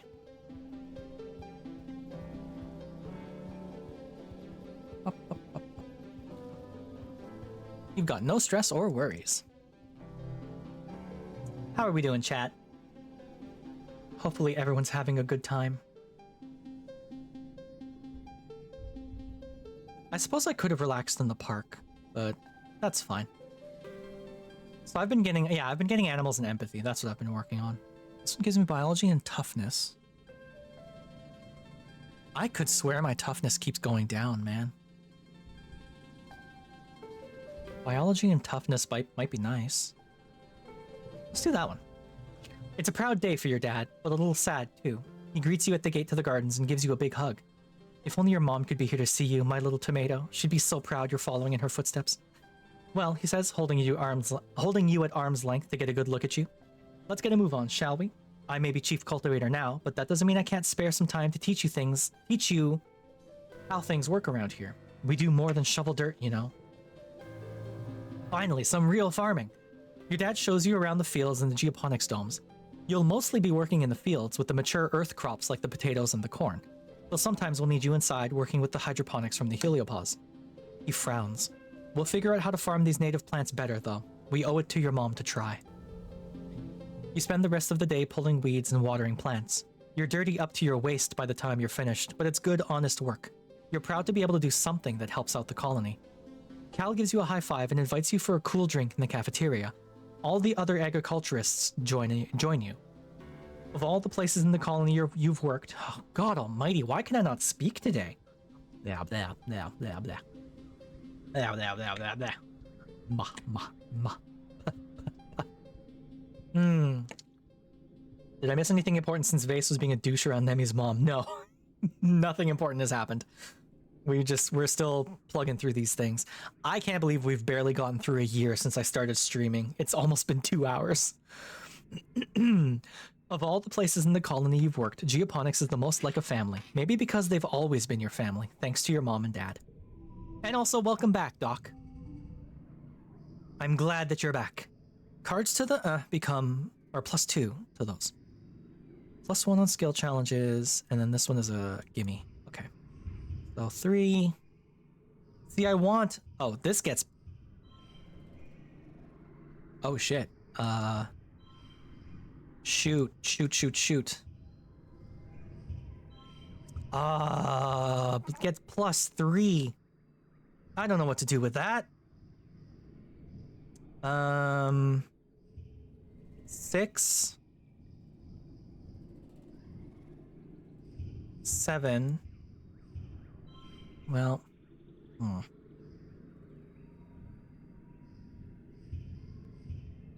6, 8, 5, 6, 6, 6, 5.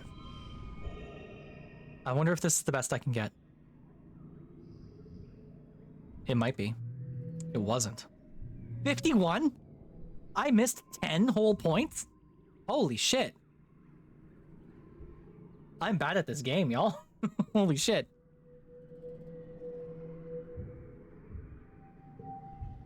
Welcome to Dust. It's hot. Getting hotter. Right, quick sweep of the colony to see if there's anything new. Rex, you're by yourself. Where'd Mars get to? Is this fucker... Oh god, Nemi wants to talk again. Alright, Nemi, what do you want? We're still friends, but I'm starting to become less friendly with you. Not because you rejected me. Technically, you didn't reject me, but not because of that, but because you're like going all militaristic, and that's weird. You were supposed to meet Nemi for lunch, but she didn't show up. You head to the garrison to see if you can find her. You spot Nemi's shock of red hair over by the close-range fighting ring. As you approach, she finishes a flurry of blows with a roundhouse kick that almost knocks the training dummy's head clear off. Hiya! Kaya! Nemi roars, echoing off the vaulted ceiling of the garrison. Nemi steps back from the ring and pulls up the bottom of her shirt to wipe her face, flashing you a glimpse of her muscular stomach and the blue screen scaling that dances over her ribcage and down her hips. Her skin shines with sweat under the harsh lights.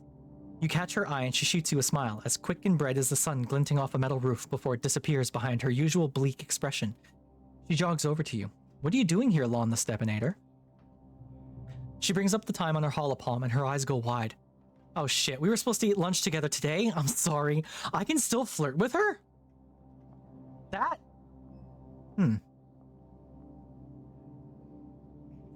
Hey, chat.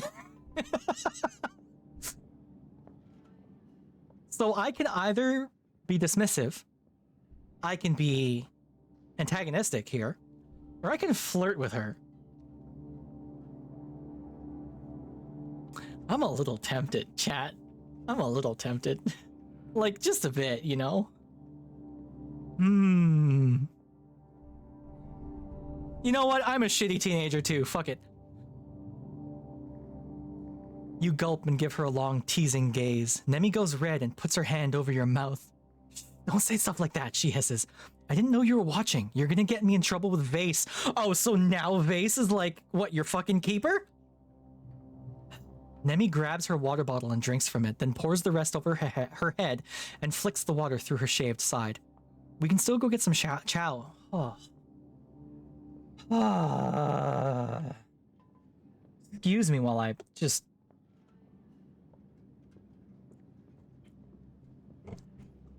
Why can't I speak? God almighty. Nemi grabs her water bottle and drinks from it, then pours the rest over her head and flicks the water through her shaved side. We can still go get some chow if you want, she says. Just give me a sec. Nemi pulls an oversized sports ball sweater over her workout clothes, her thumbs popping through the holes worn into the cuffs. The lettering on the back reads kombucha. Can't speak too heartbroken, yeah. As you exit the garrison, you're stopped by a few of the other soldiers who all seem to want to give Nemi a high five or tell her about their days.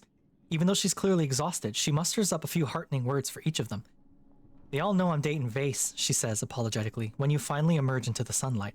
It's weird. All of a sudden I'm like a hero to them too, and I haven't even done anything yet. I train every day though, probably like 6 or 8 hours, she says, rubbing at her shoulder and stretching it out as she walks. It feels good to work hard, like it just wipes out all the bad thoughts, anything that's bothering me. She makes an exploding motion with one hand. It just goes away, poof. I wish Vase would just go away. I can't afford to lose my focus, Nemi says solemnly. I can't let myself get distracted. If I do that and someone dies because of it, null it, man, she says, shaking her head. The thought of it, it keeps me up at night.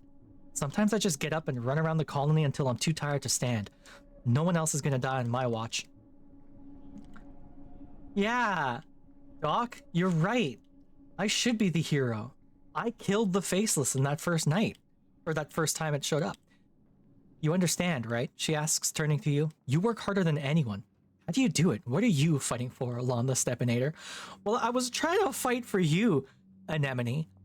But now you're dating the biggest dickhead in the colony, so I don't know what the fuck. Future of the colony being the best is all I care about, because there's no other choice. I'm just trying to get through it.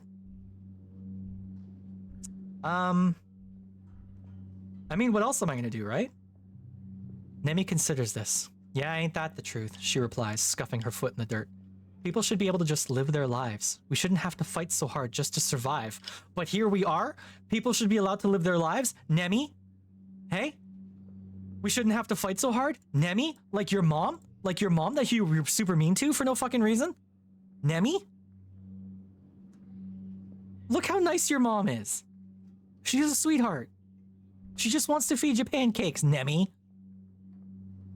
Oh, I'm gonna change my nickname for you. I'm not gonna call you Nemi anymore. I'm gonna call you Anemone now.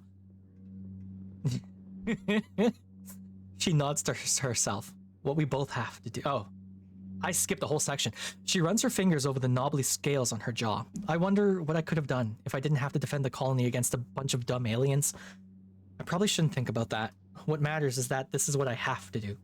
She nods to herself. What we both have to do. Ah, well, good for you, Nemi. Whatever. Whatever. Went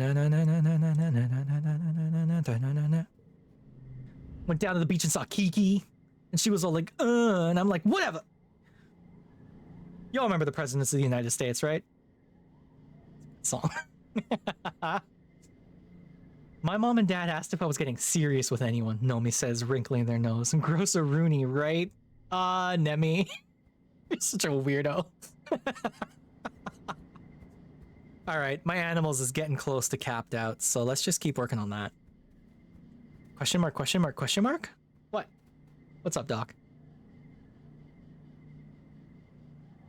No, they're a band.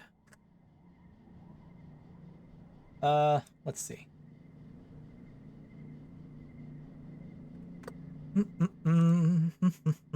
Hold, please. I think I actually got... I think I messed up their name, come to think of it. What are they called? Liam Lynch. How the fuck did I mess that up? Because the name is called United States of Whatever. The song is called United States of Whatever. It's a classic. Liam Lynch. No, sorry, Doc. I messed up. I made a mistake there. That was a memory from ages ago that clearly had mutated in my brain. But yeah, no, this is a fun little song. I'm not going to play the whole thing because I don't want to get super banned. But this one.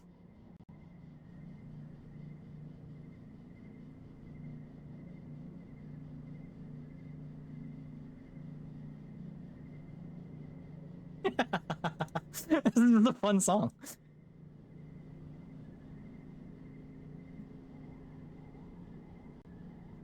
Yeah, whatever.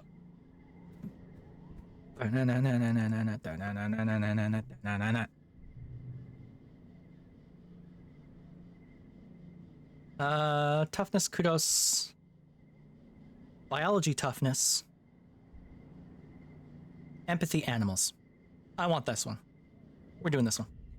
You and Cal have a deep conversation about the ethics of raising animals for food, both for their products, like berries and milk, and for their meat. Cal is dead set against eating meat, as usual, but he's only conflicted about animal products. He's only... Oh, Jesus. Cal is dead set against eating meat, as usual, but he's only conflicted about animal products. He says he's learned how to get used to the idea, even though it grossed him out at first. Well... Bonus to pairs... Challenge. All cards become red. So if I put all cards become red, 4. Oh. +2 to cards with. Why does this one become red? What?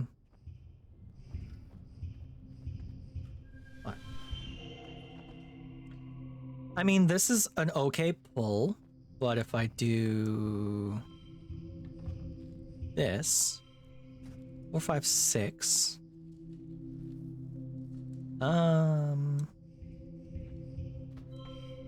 38 42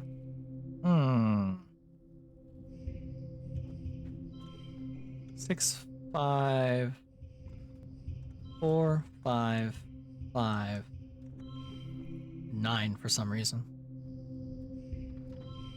4 5 5 5 5 7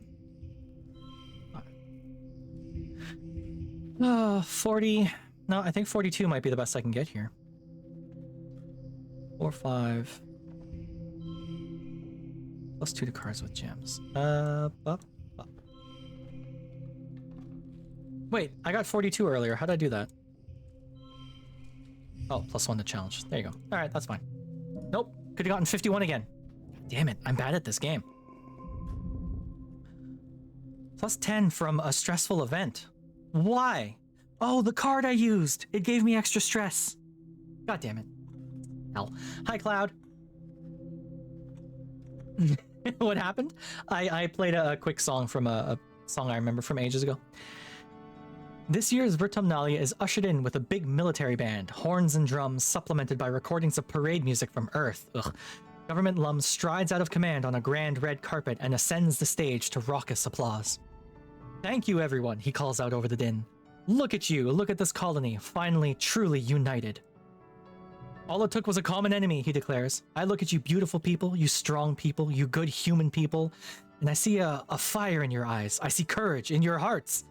I see a colony that's ready to win. I see a colony that's here to stay, Vertumna. Do you hear me? He raises his arms and roars. Do you hear me, Vertumna? We humans aren't going to hide anymore. Why'd you leave the kids up on the table?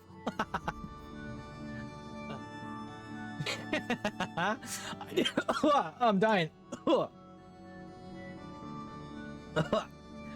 I do love, or I used to love System of a Down. I haven't listened to their stuff in ages, so I don't know what their new stuff is like, if they do have new stuff. But I used to like their stuff quite a bit when I was younger. Lum gestures for Security Chief Rhett to join him on stage, then continues. The original fugitive colonists got it wrong. In Roman mythology, Vertumnus was the god of cultivation, not of rampant chaotic growth. He clenches his hand into a fist. We need to clear the field before we can plow it. Vertumna won't be safe for human life until the aliens are eradicated. Rhett crosses his arms and nods his agreement. Maybe there's more to this plan than Lum is letting on. Buddy. Lum descends from the stage and does a receiving line of handshakes and fist bumps. In the vacuum left by his presence, Chief Administrator Seek takes the podium and clears their throat. Oh, she's also MB. Or they're also MB. Oh yeah, okay. I missed that. Ahem. I want to announce that this will be the last year that festival contests will be held. Why? A sound of protest rises from the crowd, and near the front, Lum just shrugs theatrically and mouths, "Not my fault." Zeke looks down at him pointedly, then continues, "This war will use our colony resources at a tremendous rate, including the most valuable, time. Oh lord. Hey, we got ads starting up in about 30 seconds, so, as I mentioned before, please use your favorite method to block those ads. If you want to kick me a few dollars as a sub, I guess feel free, I can't stop you, and it's always appreciated. And you'll get super cute emotes out of it. War against ads, I wish. Lum takes the stage again and soothes the crowd. I do have some good news, he declares. Starting today, the colony is going to be granting requests from people who want to have children. A happy murmur burbles through the crowd. Yes, that's right. It's time to start on the next generation of Retumnans and secure a future for our children. Lum pumps his fist in the air. Humans, humans, humans. That sucks. Anyway, about this war on nature. I think it's stupid, Cal says immediately. I know survival is important, but we don't have to kill things to survive here. Mars rolls her eyes. Duh, of course you'd think that, she mutters. Personally, I think Lum is a total nullhead. He's not that much older than me. What is he, like 24? And everyone listens to him? She flips her hair over her shoulder. They should listen to me instead. Mars has ambitions. Yeah, Seka. Finally, you're all called to participate in the games. The last ones, maybe forever. If this war on nature ever ends, you'll probably be an adult. As your friends all separate into their usual games, you realize that this may be the last time that you just get to be kids. What do you choose? Xeno wrangling, so I can fucking show Vase up. Fuck you, Vase. The crowd goes silent as the ranchers bring out the most dangerous animal the games have ever seen. A fully grown manticore. I want people to watch this. On the case that people can't see because of the ads, we're gonna take a quick breather because I want people to see this, because I want everyone to see me absolutely destroy Vase's whole shit. Fuck this guy. So we're gonna wait a little bit. So we're gonna chat. Hey chat, how are all you doing? All of you who are still with me from the ads. Dates a manticore, but not the planet's one. What manticore are you talking about, Seka? You got a manticore in mind? You got a specific one in mind? Here, I'll take a seat. We can hang out for a bit.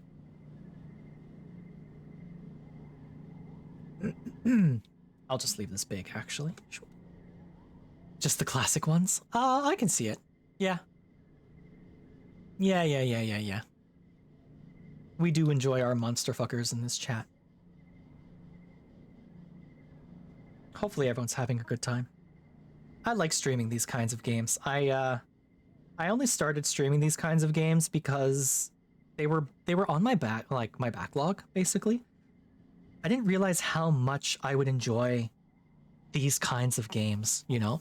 The sci-fi visual novel thing. I think part of it is I'd always kind of looked for like my game, you know, my style of game, the kind of game that when you're bored you just want to keep playing. Laughed out loud when I said that. Yeah, no, I don't know, because of the way my brain works and I'm constantly hopping from like obsession to obsession to obsession, there's always something new on the horizon, right? I have an interest in a lot of different kinds of games. I've tried to get into different kinds of games before, and like I know now that I don't really do the JRPG thing. It's just not really for me. I can't do PvP shooters. It's just not for me. I don't have the patience to deal with people, you know, in PvP games. I'm sorry, Spooky. That's entirely why I've stopped playing Rivals. I can't do it, you know? The idea of like extraction shooters has always seemed interesting to me, like military sim games. So I was always interested in like Tarkov and things like that. But I can't Observation. I love Observation. What a good game that is. So I couldn't get into Tarkov because I don't do the PvP thing. I just can't bother with it, you know? Titan Quest 2 Shadow dropped on Friday. I'm not super into top-down games either, Cloud. I don't know. I'm very picky, but then at the same time, I don't know what I'm picky for, you know? If that makes sense. Oh, ads are done already? Wow, that was fast. Hey everyone, welcome back. We were just chatting about what kind of games I like. We are going to absolutely destroy Vase's whole shit right now. Friendship with Vase?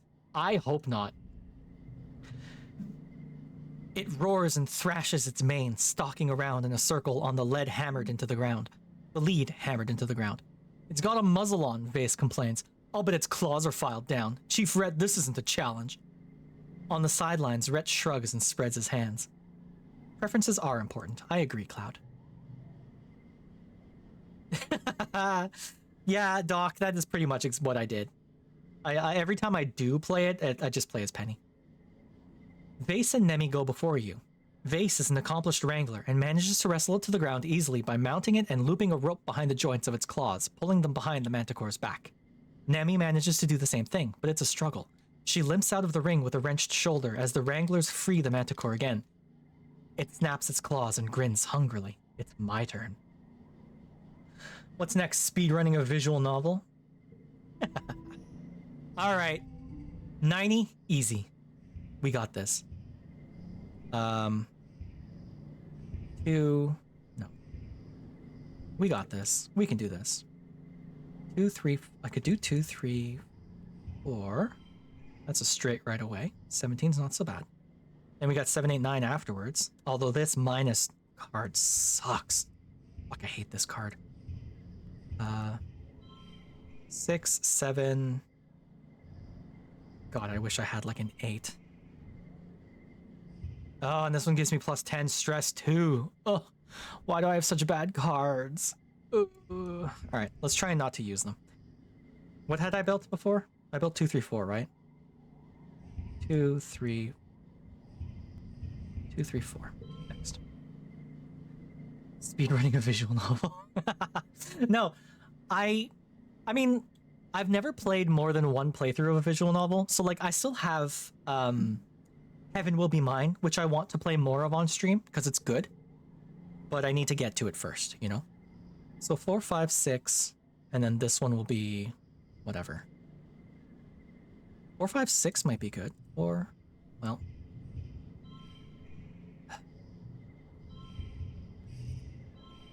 6, 7, 8.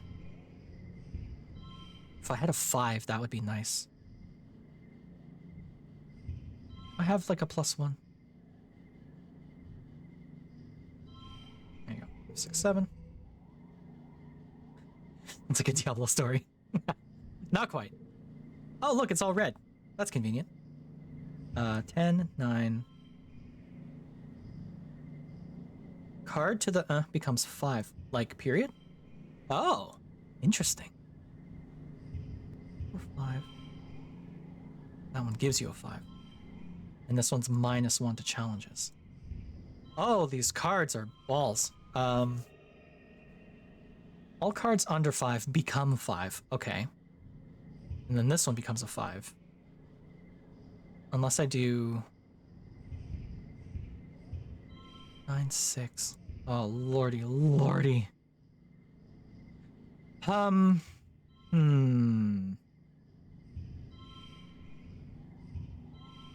Card to the becomes a 5, which doesn't help me in this case, because I want it to be 9. Okay, I can get 47. Let's just hope that 47's the best I can get. Wasn't. Damn it. I was off by 1. Still, not so bad. This is a wild freaking manticore, one of the most dangerous beasts on Vertumna, something that could never be tamed, and they want you to wrestle it? No problem.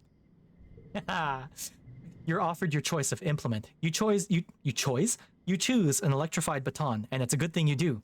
The manticore swipes at you, fatigued but still ferocious, and you give it a few jolts. When it begins to show fear, you come in close and deliver a few more to its soft underbelly. It roars in pain and confusion. The crowd roars in bloodthirst as you force the manticore into submission, especially the Helios. You aren't sure if they were rooting for you or for the Manticore. Oh. After the festivities, everyone is supposed to take a few days vacation. You and your friends relax, but the adults move around the colony like ants in a hive, fortifying the walls and preparing for the human offensive against the planet. Awful, man. This sucks.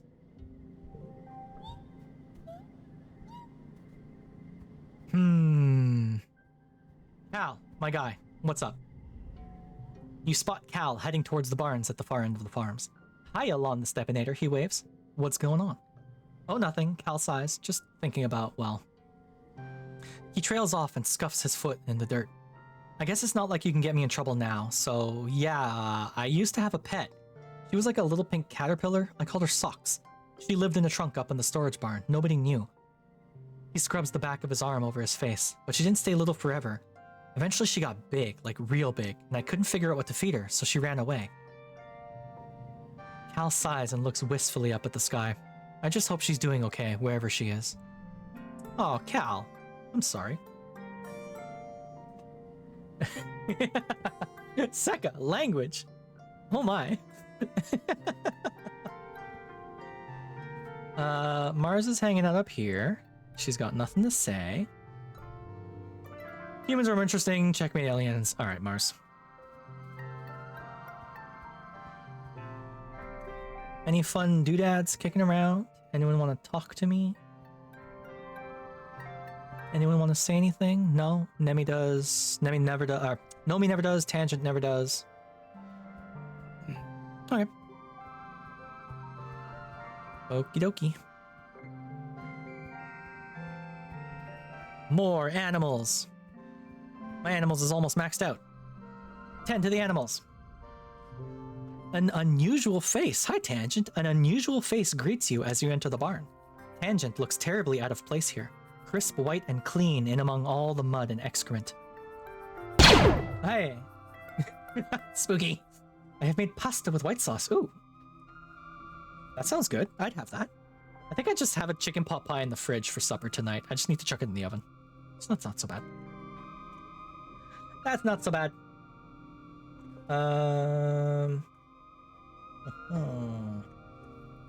Beep, boop, boop. I've done talking. I can't be mad. That is true, I suppose. Technically, you have done other things in my chat today. Thank you, Spooky. I'd have pasta with white sauce. That'd be good. She's clearly hesitant to even take a step further in, and winces when you wheel up to her with your wheelbarrow of muck destined for the compost heap. Lon the Stepinator, I've come to see what good work you've done here, she says. Really good work, I can see that. A bristle slug lows from its pen, and Tang clears her throat. It's too bad most of the vertumnant animals are so violent, she says, lowering her voice. Ooh, cook all the pasta we want, hell yeah. She nods approvingly to the bristle slug pen. If only they could all be tamed like this. What do you want? You lean on your wheelbarrow and wait for Tang to say what she came to say. I'm here on behalf of Chief Engineer Instance, she continues. We need access to these bristle slugs. Okay. What for? Cal says, popping his head up from one of the stalls. It better not be for any weird experiments. For your information, it is for experiments, Tang retorts. Important ones too. More important than whatever you're doing. Tangent. We need living vertumnant creatures to incubate a new antivenom, she says. I need samples. Skin, hair, blood, flesh, eggs, teeth. Cal throws his rake to the ground. What? He exclaims. No way. I'm not letting you take their teeth. What's wrong with you? Tang rolls her eyes. Oh, like you can't just breed more, she says, or just capture them. There's a whole planet full of animals out there, isn't there? She turns to you. Lon the Stepinator, come on. If we develop a new antivenom, it'll help keep our explorers safe. I'll even name it after you, or him, whatever. She sticks her tongue out at Cal, who scowls.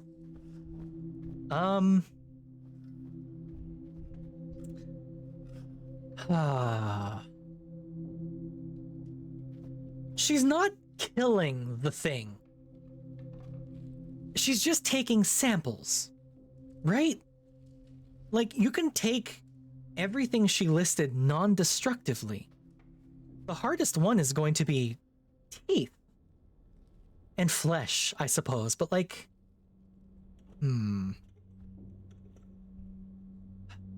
Man. If I let her take them, then I lose friendship with Cal. She develops an anti-venom, and maybe that anti-venom later gets used to save Vase. And yes, I am petty enough that I don't want to help Vase. But that anti-venom could also be used to help one of us. God damn it. Tang smiles primly. Of course I think this is the best. This is best, she says. Besides, if you have a problem, you can take it up with Instance. Cal tries to protest more, but she sweeps past you both before he can get a word in. You get the distinct impression her heels would click if not for the mud. Cal looks uncomfortable. That was weird, right? He says. Your dad hasn't said anything about animal testing. It just really doesn't feel right. He shivers. They can get pretty creepy over there in engineering, he says. I just hope they don't hurt the bristle slugs too bad. Why do they need to test stuff on vertumnant animals if the antivenom is for humans anyway? Beats me, man. One card becomes red. Oh, cool. 2, 3. Well, I don't want you. 5.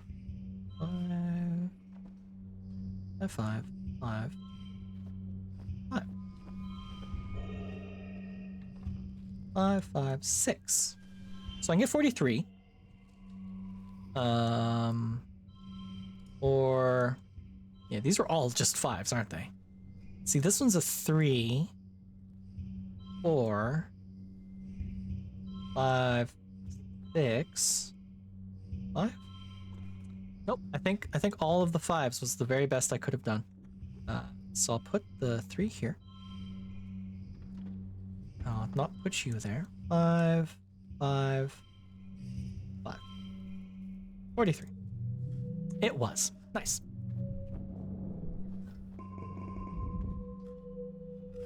I kind of like this song. Well, I liked the song. I liked the low hum. I thought that was kind of nice. Next month. Is it wet yet? No, not quite. Level 3 pets. Upgrade pet cards via relaxing in the park. Oh, cool. Relax in the park. And I can upgrade my my squeaker here. Pebbles. Alright, so I've maxed out animals. My toughness is doing pretty friggin' well. I guess now that I've turned myself into the pinnacle of human form, I can focus on other things. Ain't no one as strong as I am. So this is organizing and perception, plus friendship with Mars and Rex. I could go out. I could leave, right? Sports ball, defense training. Nah, I don't want to do any of this. ISO. You're not supposed to say 2 things in a row.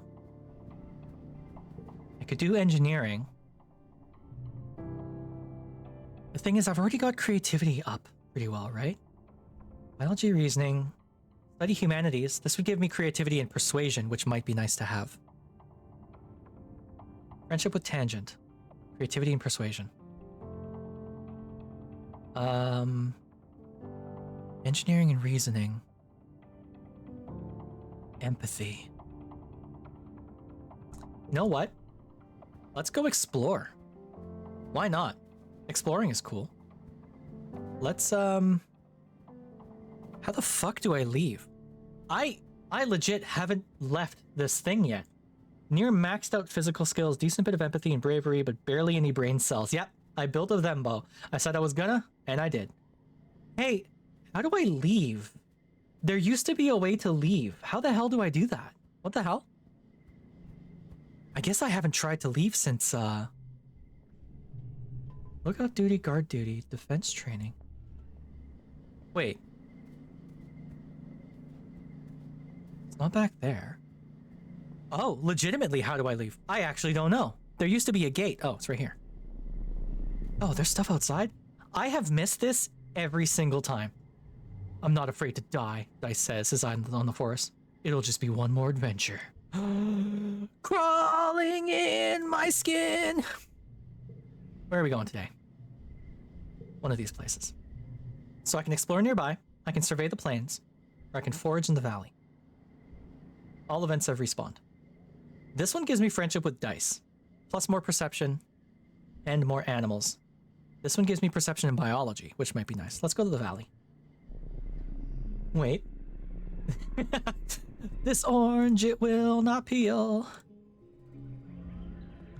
You report to the Vase is here. You report to the expedition's tent to find not just Utopia, but Security Chief Rhett and Vase as well. I just can't spare any more people, Utopia's explaining to them. You've already pulled almost all of the foragers, and we're already running skint crews in the ridges as it is. There's one person you can spare, Rhett replies, turning to face you. Hello, Lon the Stepinator. How'd you like to transfer onto one of my hunting parties? Utopia tells me you're one of her best explorers. We could use someone like you. He indicates Vase. I need someone who can keep up with this one. Vase puffs his chest out proudly. Why do we need to kill them? Vase laughs. Because they're killing us, Lon the Stepinator. Keep up. He clenches his face. His fist. He clenches his face. It's the classic struggle between humanity and nature, he says. Nature's not all flowers and rainbows. On Earth, everything and everyone was trying to kill each other. For survival, for fun, hell, even just for food, hell, even just for fun. I can't wait to bag a real trophy Xeno, he chuckles, framing his hands like a painting on a wall. The first 10-point buck on Vertumna. Fuck you, Vase. Rhett scowls at Vase. You won't be killing them for fun, you'll be killing them to defend the colony. Vase rolls his eyes. I would clench his face in my fist. That's right, I would never kill a living creature. I mean, I have killed living creatures. But, fuck this guy. Vase scoffs. Even if it was trying to kill you, I knew you Strato kids were soft. I didn't know you were suicidal, too. Not everyone's cut out for life or death situations, Rhett says, then turns to you. You know, Lon the Stepinator, it's not all killing, he continues. Sometimes it's about tracking and identifying dangerous creatures before they reach our walls. You wouldn't necessarily have to kill them. He holds up his hand. But you don't have to decide just yet. Talk to Utopia later if you change your mind. Not if it means dealing with Vase. Fuck that guy, I hope he dies. Ah, Boba Fruit. I know exactly who to give that to. Vase is getting more squishy. Another Boba Fruit. Oh, Vase, you will be spoiled for Boba Fruits. Fucking guy. Is it safe to say smash yet? Yes. Rex the dog twink fuckboy is now 18 years old. Azza. Azza, can I show you something heartbreaking? Azza. Nemi didn't choose me. Anemone chose Vase, my arch nemesis. I'm heartbroken, Azza. It hurts. It hurts. I know.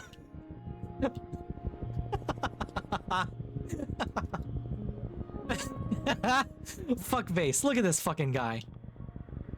Dating Anemone. Fuck you, dude.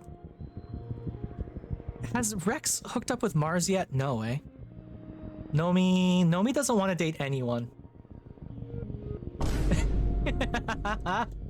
Oh no, spooky. You should cuck Anemone? Smash Vase though? Azza, I thought you had good taste. Look at this. You get stepped on, Spooky. Look at this loser. You know who? Can I offer you, instead of a Vase, Azza, can I offer you a Cal? Cal's 19. Can I offer you a Cal instead of Vase? Vase unironically likes misogynistic memes. 100%. 100% he likes misogynistic memes. Here's Cal. Look at Cal.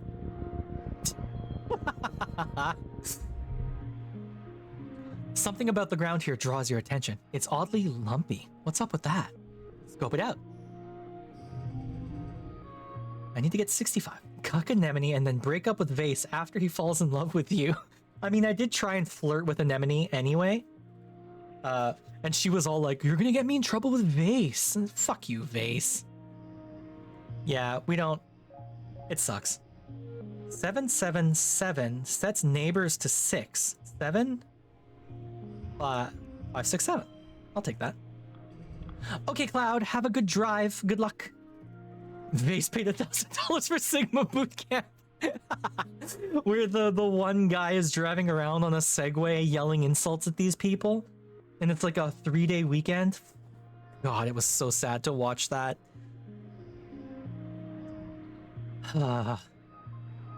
Spooky. 7, 7, 7, 7, 7, 7, 7. 7, 7, 7, 7, 8, 9. 7. 4, 6, 7. Plus 2 cards on each gems. 7. Doesn't really help. 7, 9. I'll take a 32. 5, 6, 7, but minus to the last card, which doesn't help me. 4. No, 3, 5, 6. 33, 3, 4, 5, 6. But this one becomes 3. 8. But this one gives me plus 10 stress, which isn't great. Whatever. Fuck it. I only missed out on 2. That's all right. I did what to 9? Oh, Aza. Here's a shout out for you, my lad. We love Aza here. Aza's a good bean. Aza. I forgot to shout Cloud out. Oh no. And Scion. Oh no. Well, I haven't watched Scion. Well, I don't know what the etiquette is for shouting people out. Scion. Fucking holy ass. What is your guys' problems with me today? I do love it, Aza, when you break out into a giggling fit. I think it's very cute. You have a very good laugh, Aza.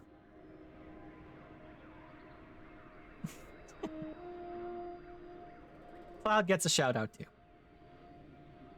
Go watch Cloud. If you aren't following these people already, they're some of my favorite people. Go follow them. Whoa, it's a Watado minefield. Underground, the recent rain has swelled the young melons to bursting. You better watch where you step or you'll end up knee-deep in Watado juice. The good news is they're tasty. Forage one. They're so dang heavy, the calorie-to-weight ratio isn't optimal. Most are too young, but you find a ripe one, dig it up, and roll it back to the depot. Hell yeah. Nope, follow Spooky too, you gotta. You have to follow Spooky or else. The Riki! A curious Riki blocks your path. It's acting strange. It keeps scurrying up trees and hanging upside down to get a different angle to look at you, then dropping down when you try to pass underneath. It may be small, but it's at least attempting to be intimidating. That must mean something. It's not interested in your pet Freaky, it's interested in you. Even Pebble looks unsure and hides between your legs. Follows you out of spite. Good! Don't show Vase this sign and push him. It's okay, Aza, it happens. I'm really bad at forgetting to shout people out. Or I'm really bad at remembering to shout people out. And no, follow Spooky. Spooky's good bean. Spooky's the best of us. She carries Ghostfish on their shoulders. Approach it. Bravery challenge. 63. This is easy. First collectible is free. Okay. 2, 4, 5. 5, 5, 5. All cards become red. All cards become 5.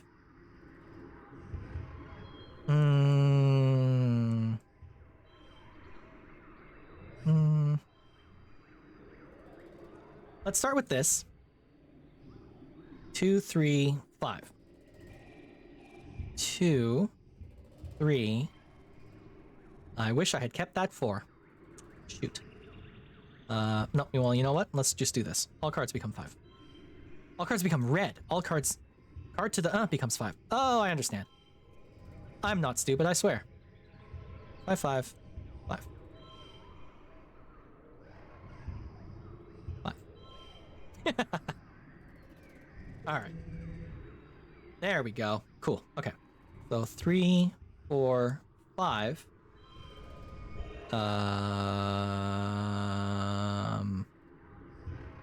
Well, that's not gonna help me, is it?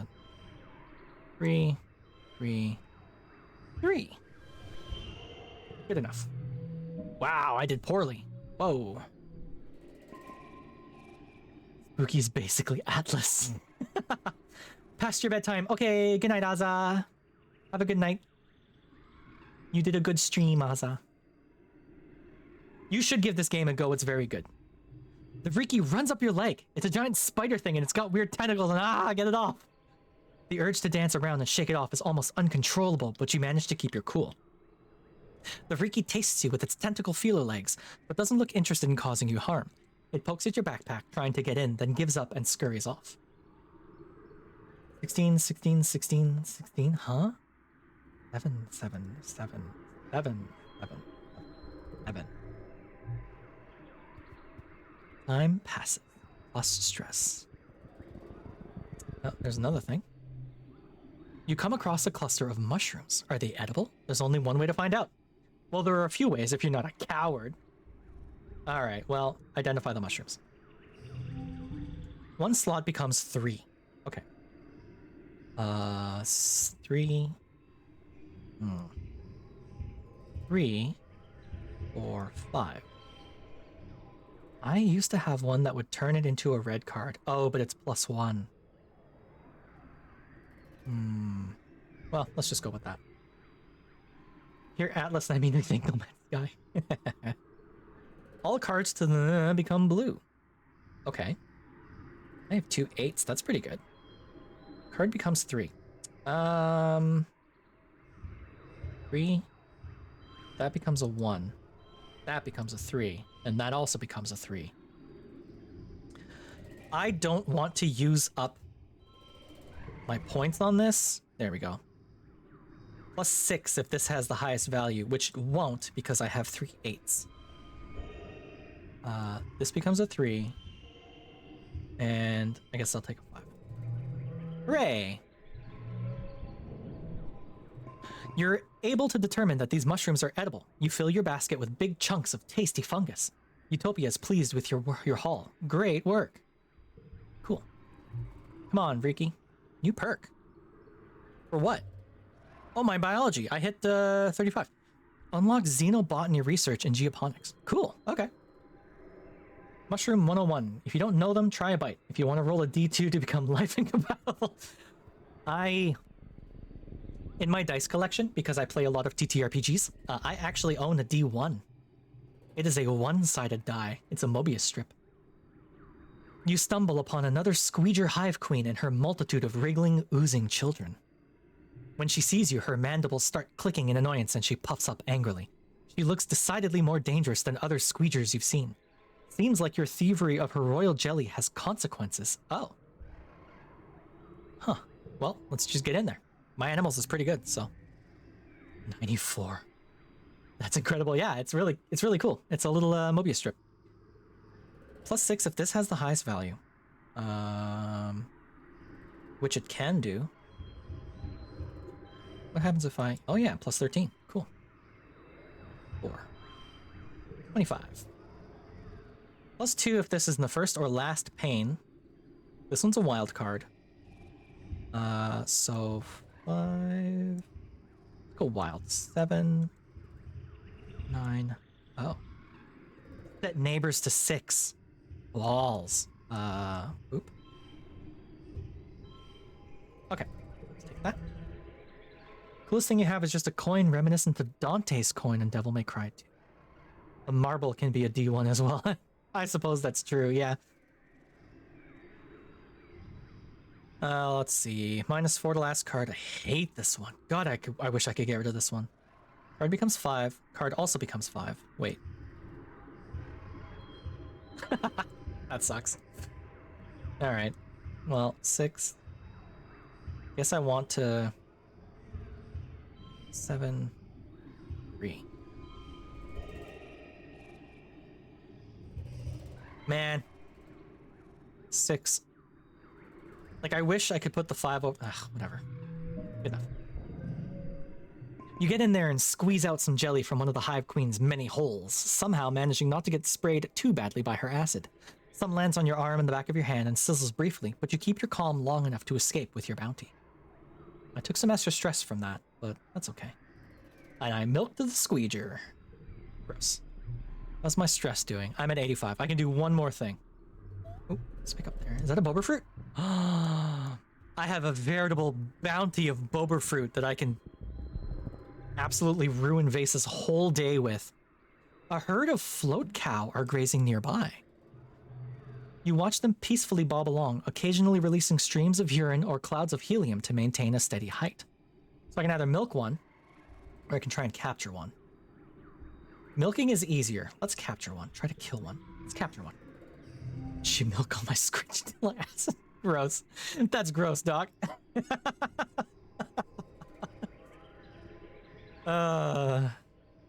2, 3, 2, 3. Okay. Good. This is what I wanted. 4, 5, 6, 7. 4, 6, 7. Oop. Scritches the float cow right under the chin. Yep. It's a good way to get peed on, though. Let's see. 1, 6, 7, 9. -4. What happens if I... +2 for each gem. Oh, okay. Yeah, it just becomes a 0. Well, whatever. Oh, wow. I did really badly. Whoops. Eventually, you pick out one young female that looks underfed and moves more slowly than the others. She seems like an outcast. The others won't let her eat, and they keep chasing and harassing her. She should be easier to catch and, as malnutritioned as she is, maybe easier to tame. Oh. Aw, poor baby. I'm gonna name this one Rudolph, the red-nosed float cow. You get a lasso around her and hold her down while she whinnies in terror and releases her piss ballast to try to get away. Piss ballast. You're in the blast radius, but you hold firm. You're able to bob her along behind you, all the way back to the depot. Well, howdy, Utopia says when you bring the float cow in. What do we have here? Why, you're a real buckaroo, Len the Stepinator. I'm a mite jealous. It came up. It came up. The one I chose. You're a real buckaroo. That's great. Yeah, no, I wasn't kidding. Scion, that's what happens. Cow reaches stratosphere after peeing. What a time to be alive. Yeah. You're a real buckaroo, Lon. I'm a mite jealous. She inspects the tired float cow. She's looking a little under the weather, Utopia proclaims. Here's hoping we can nurse her back to health back on the ranch. Pookie's hacking my firewalls. Trying to get through my firewalls. Breaching my systems. Oh no, what a thing to get too. Oh, it's all over now, chat. I'll take her back myself. You can come see her anytime in Geoponics. Cool. You're too worn out and tired. You're too worn out and tired to continue. You have to go home now. Okay. First you get my adoption papers, now you get this, Spooky? What are you gonna do? Stressed out. Welcome to Early Wet. It's wet now. Avoid blocking events. Slide past all path blocking explore events. Oh, that's cool. Neat. I think I'll try and get my toughness up. Another bober fruit. Oh. Hey, Vase. I got something for ya. Hey, Vase. Oh, no. They're together. Vase. Let me save the bober fruit. I'm gonna save the bober fruit for whatever this event is going to be. Something's off with Nemi today. You can tell just from watching her train that she's moving more slowly and seems distracted. Every so often she breaks form to stare at Vase, who's working with a group of trainees on the other side of the garrison. Her unit leader singles her out and chastises her, gesturing for her to take a break and get her head on straight. Nemi scowls as she slinks over to the rest area, where you hand her a water bottle. Hey you, she says, shooting you a little flicker of a smile as she takes a drink. What's up? Oh, Vase isn't talking to me, Nemi replies, sighing heavily as she recaps her water bottle. Recaps.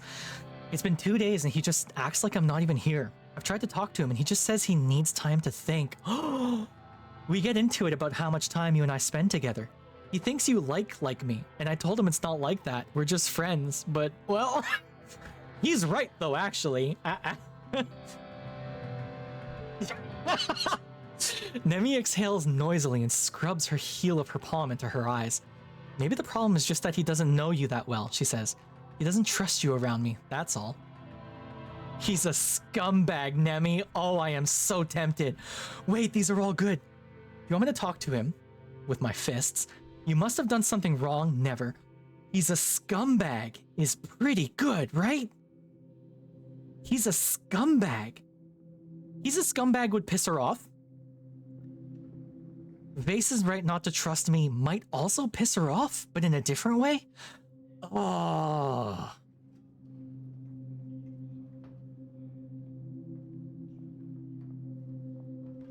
I am torn. Open her eyes to the truth. Vase fucking sucks so bad, though. Damn it. Nemi's head whips towards you, shocked. What? How could you say that, Lon the Stephanator? Yeah, I know how he gets sometimes, but he's still my boyfriend. Damn it, I wish my persuasion was better. How far off am I? I've got 9. Okay, I'm way off. Or empathy 30. I was so close to having enough empathy for it. Oh, now I'm just gonna sound like a whiny bitch. I just think he's not right for you. That's it? Emmy says incredulously. He's not right for me? What do you know, Lon the Stephanator? You're just jealous of what we have. Ugh. I know he's kind of rough around the edges, she admits, but he's a good guy underneath, I promise. No, he's not. He only gets mean about stuff because he cares so much about keeping everyone safe. Bullshit. Hey, Vase. Unless you're here because you've realized Rex is a shit-for-brains coward who'd rather dick around than defend his own home, get out of my sight, Vase growls. I don't have time for weak-willed deadweights like him, and right now that includes you. Hey, Vase, have a boba fruit, you fucking loser. Dickbag. Nemi. Keep trying to tell myself that not everyone needs to fight the aliens, Nemi says, looking up the colony road to the garden and geoponics domes. But I can't stand it when Cal talks about how we all gotta sing songs and get along. He's so stupid. Can we talk about you and Vase? Nemi's eyes dart around as if looking for someone before she gives you a strained smile. What about him? He's a trash bag in a man suit. Oh. Oh no, I'm losing friendship with her. Oh no, okay, I gotta get my persuasion up. Wait, I gotta get my persuasion up now.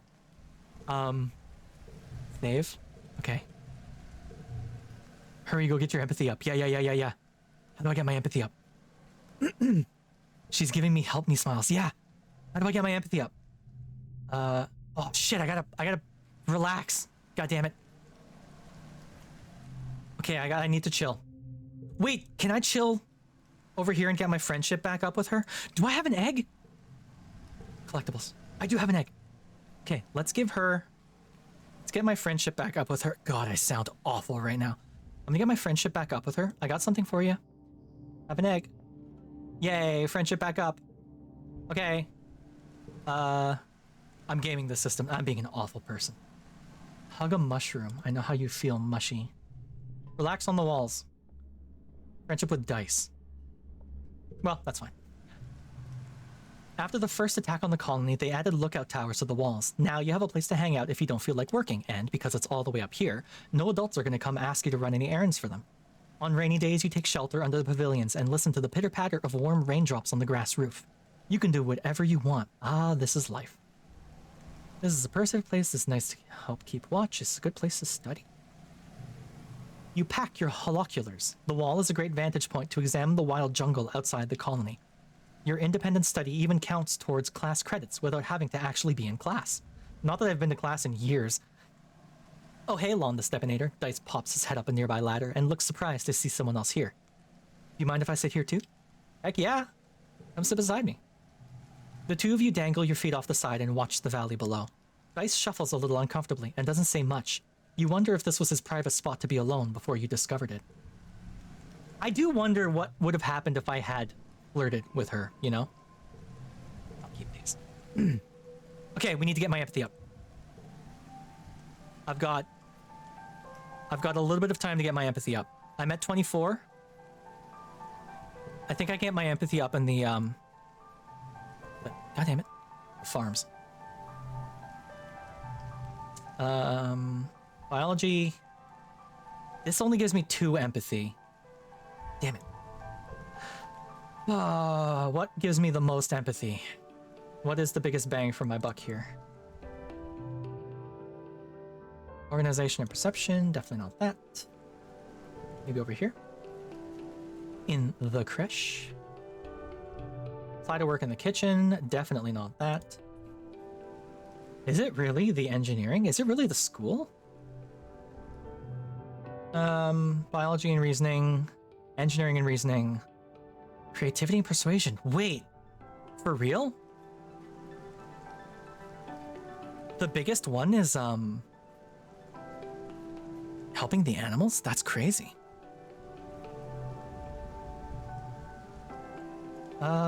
Perception and bravery.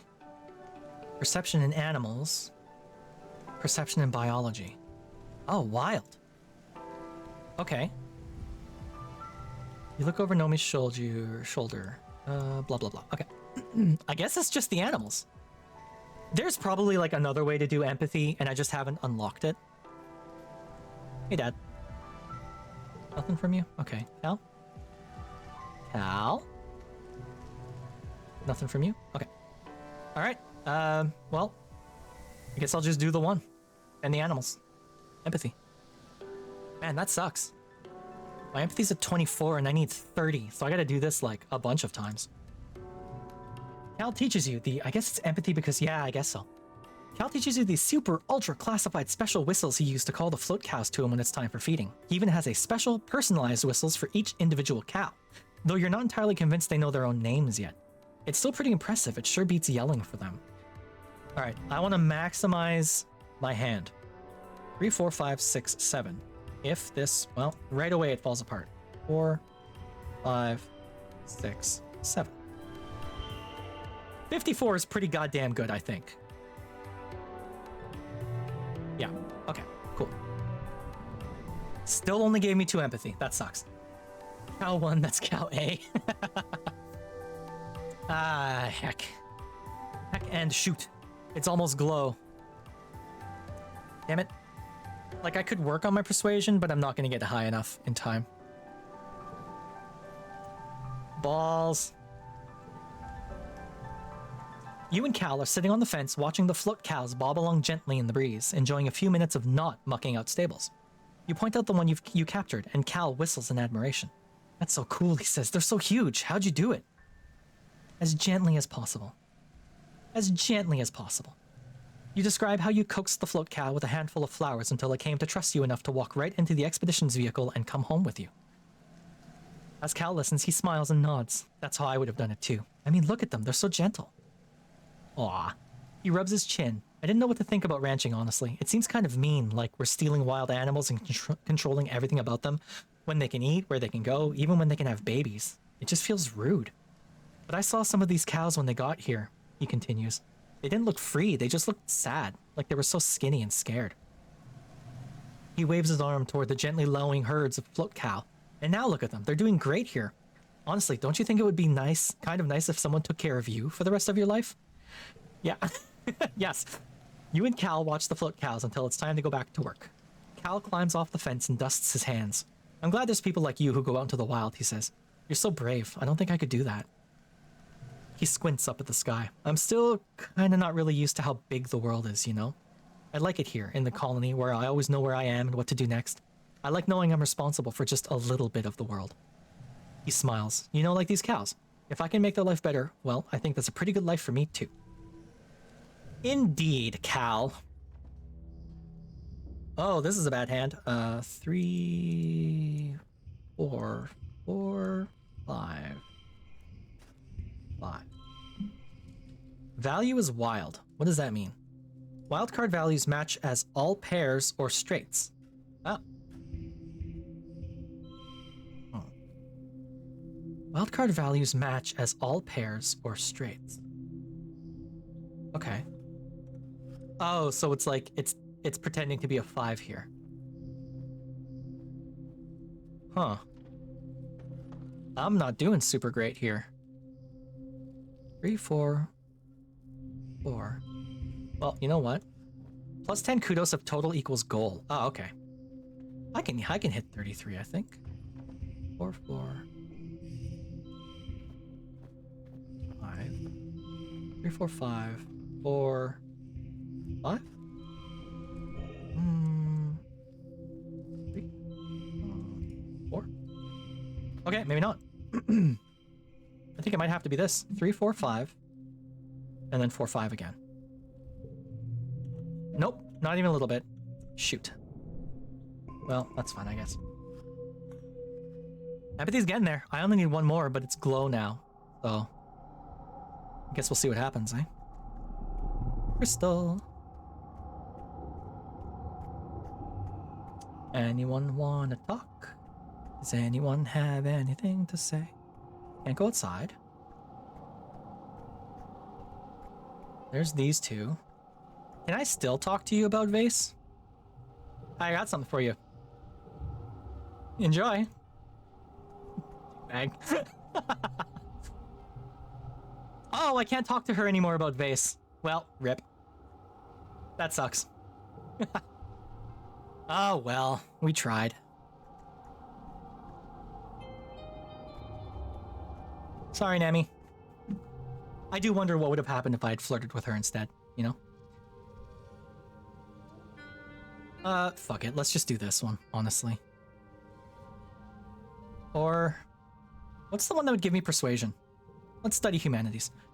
You're running late for humanities class. I haven't been in class in years. When you arrive, everyone is gathered in the beanbags around the room's big holo projector. Ship's computer congruence is displayed on it. She's giving today's lesson, reading an old book of Earth poetry. But just during the morning? I mean, maybe. We'll see, right? You sit down next to Tang and nudge her and motion, "What's up with this?" Tang frowns at you. "Where have you been?" she whispers. "Ever since Professor Hal died, congruence has been teaching this class." Then she frowns at everything in general. They said everyone else who might be qualified is too busy. And no, they didn't ask me. I miss Professor Hal. You try to keep your voice down, but congruence literally has ears everywhere. "I miss Professor Hal as well," she says, her monitor swinging over to you. "He was a very special human." Or during training. Maybe. Wait, you ask out loud, "Congruence can like people?" "Of course I can like people," she replies. There's humor in her not a voice. "I carried you inside of me for 20 years after all. How could I not get attached?" Alright there, Chat GPT. 3 plus 3 bonus to straights. Okay. 1, 6, 8. Set neighbors to this value. Well, that sucks. Oh god, what a shit hand. Can I just redraw my hand? Thank you. 5, 5. 5. 5. Sort of. 6. 6, 6. Oh, okay. 5, 6, 6. 8. 5. Unless I do this. 32. 44. Hey, nice. Got my persuasion out of that. Here we go again. You're just putting your boots on to grab dinner in the lounge when you hear the colony's sirens begin to wail. It's the yearly attack. Ugh, couldn't they have waited until you ate dinner? Rude. Outside your window, you watch the colony defense begin to mobilize. Your holopalm chimes with the usual reminders for all civilian colonists to stay indoors. Join the defense. You head to the garrison to grab a plas rifle, then report to the front. Chief Rhett looks surprised to see you, but assigns you to a squad with Nemi and tells you to get up on the walls and do your best. On the other side of the walls is more Xenos than you've ever seen in one place, ever. They seethe out of the forest, large and small, herbivorous and predatory, fungal and otherwise, flying and crawling and hopping towards the colony with a single-minded determination. That's probably not good. The air fills with the pew pew, pew pew of laser turrets and the crackle of plas rifles. The enemy's front line collapses, only to be replaced by even more Xenos, just as many as before, if not more. There's no end to it. The firebreak turns into a graveyard of dead and dying alien bodies, wave after wave crawling over the corpses until they roil at the base of the waves like the foam on a wave when it hits the shore. You hear the walls creaking underneath you, but they hold strong. This is probably not good. There's no sun to set in Glow, but night falls on the battlefield without any break in the fighting. Your fingers begin to cramp from pulling the trigger of your plas rifle. Finally, you're relieved by the second guard shift. You walk straight into the garrison and right into a dreamless sleep. Why exactly is Fauna going crazy in season? I was never here to... We don't know. We just don't know. Ever since the first year we were here, when Glow comes around, the animals attack us, and we don't know why. And it gets worse and worse every year. We don't know. We haven't figured it out.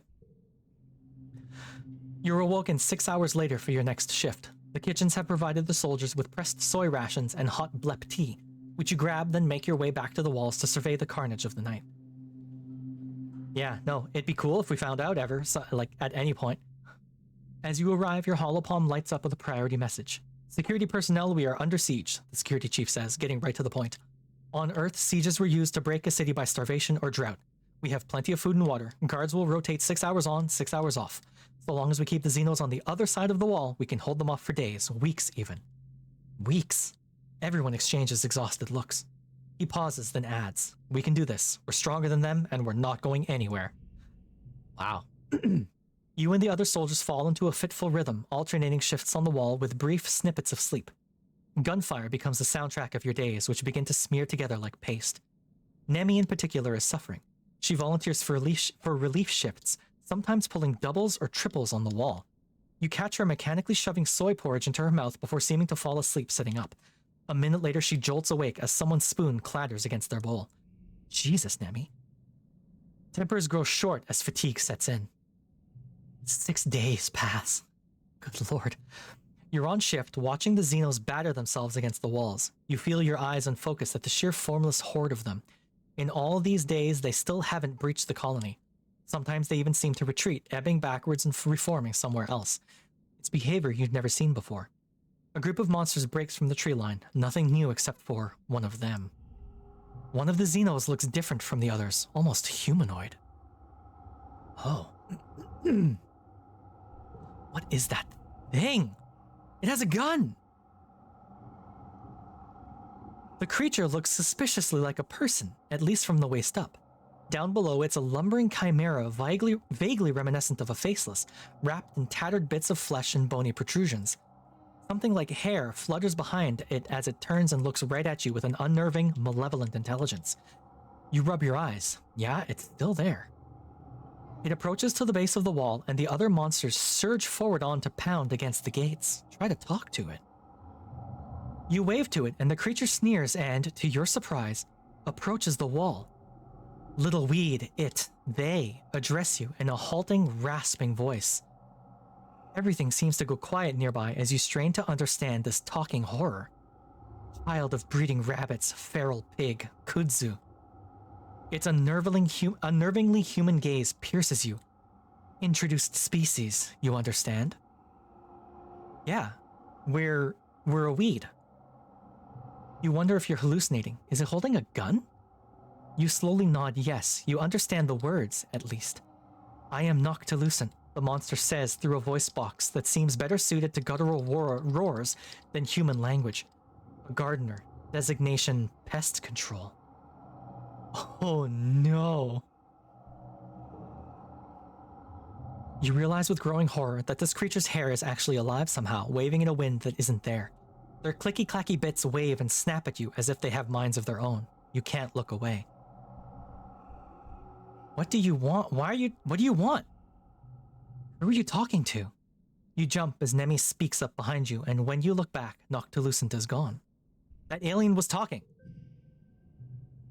You babble about the talking monster named Noctilucent, but Nemi thinks you're having some kind of mental breakdown. This siege is getting to everyone, Lon the Stepinator, she says, patting you on the shoulder. If you're freaking out, go lie down. I'll cover for you. Get a -1. Finally, after the 6th day of the siege, you look down the sight of your blast rifle and see a curious thing. The monsters are retreating. As you gather with the other soldiers in the colony square, your holopalm lights up with a priority announcement from Governor Lum. Ugh. The alien attackers have been defeated, he said. He says, the siege has ended. Lum smiles briefly and puffs out his chest. Another year, another win. You're welcome, Vertumna. You're welcome, humanity. Whatever. You're welcome? You hear and see Chief Rhett nearby, looking livid. What did he do?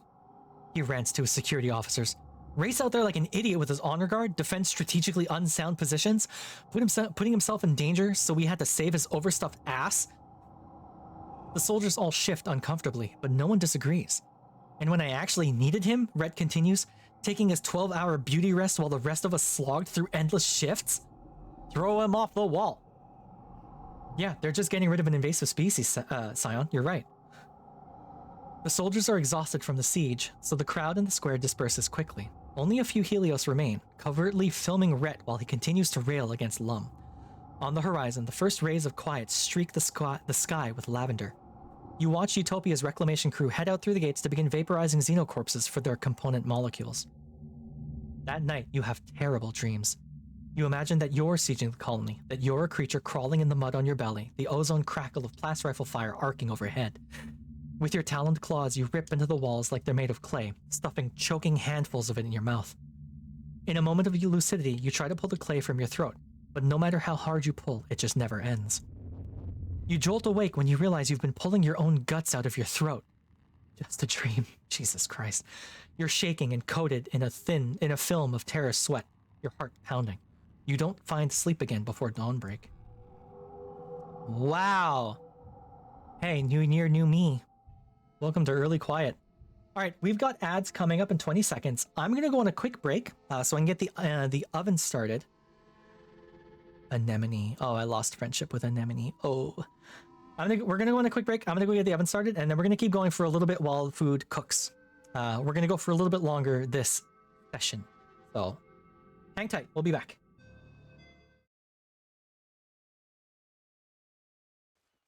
Good copy. That was already the. Got that. Well, now you have. Is this one of ours? It is now official. Affirmative. No, Oh, okay. Just I kiss thought it already. was Inferno because he had a Don't booty tempt me on. with a good time. Yeah. What the hell? What happened? Hey, Jumper. Dude, This we guy was walked just up to standing him- here.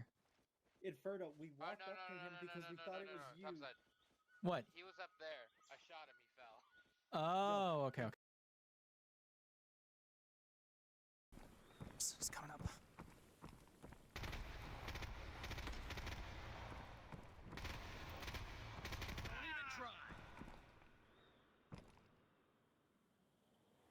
Okay, so far so good. Oops. Oof, ouch, my tummy. So, Spooky drew a card. What did we draw? The Four of Cups reversed. Don't know what it means, actually, because I don't know tarot cards. Spooky, you know. What does the Four of Cups mean? You're like a tarot expert, so I'm gonna rely on you for this one. This is your card. Love that it's a manta ray. BT dubs. Like that's. Hold on. That's so cool. I love that it's a manta ray. That's very, very appropriate for the setting I'm in right now. That's so cool. These cards are beautiful.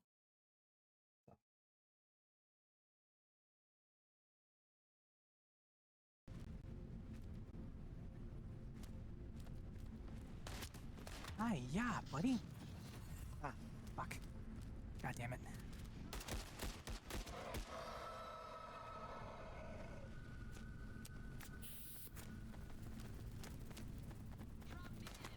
Whoa.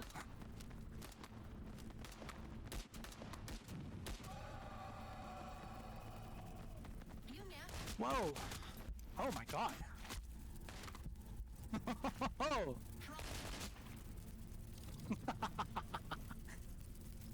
Well, look at them all! I guess there was one behind me with a shotgun? Good lord. Okay. So, here's how it's gonna go.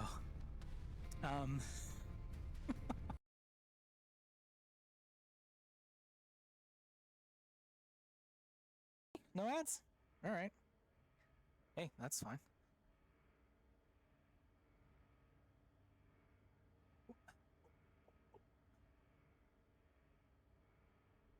Nice. Let's go. Doesn't show ads to everyone. Alright, I guess that's fine. How can I make this? Oh, okay, well, 4, I guess.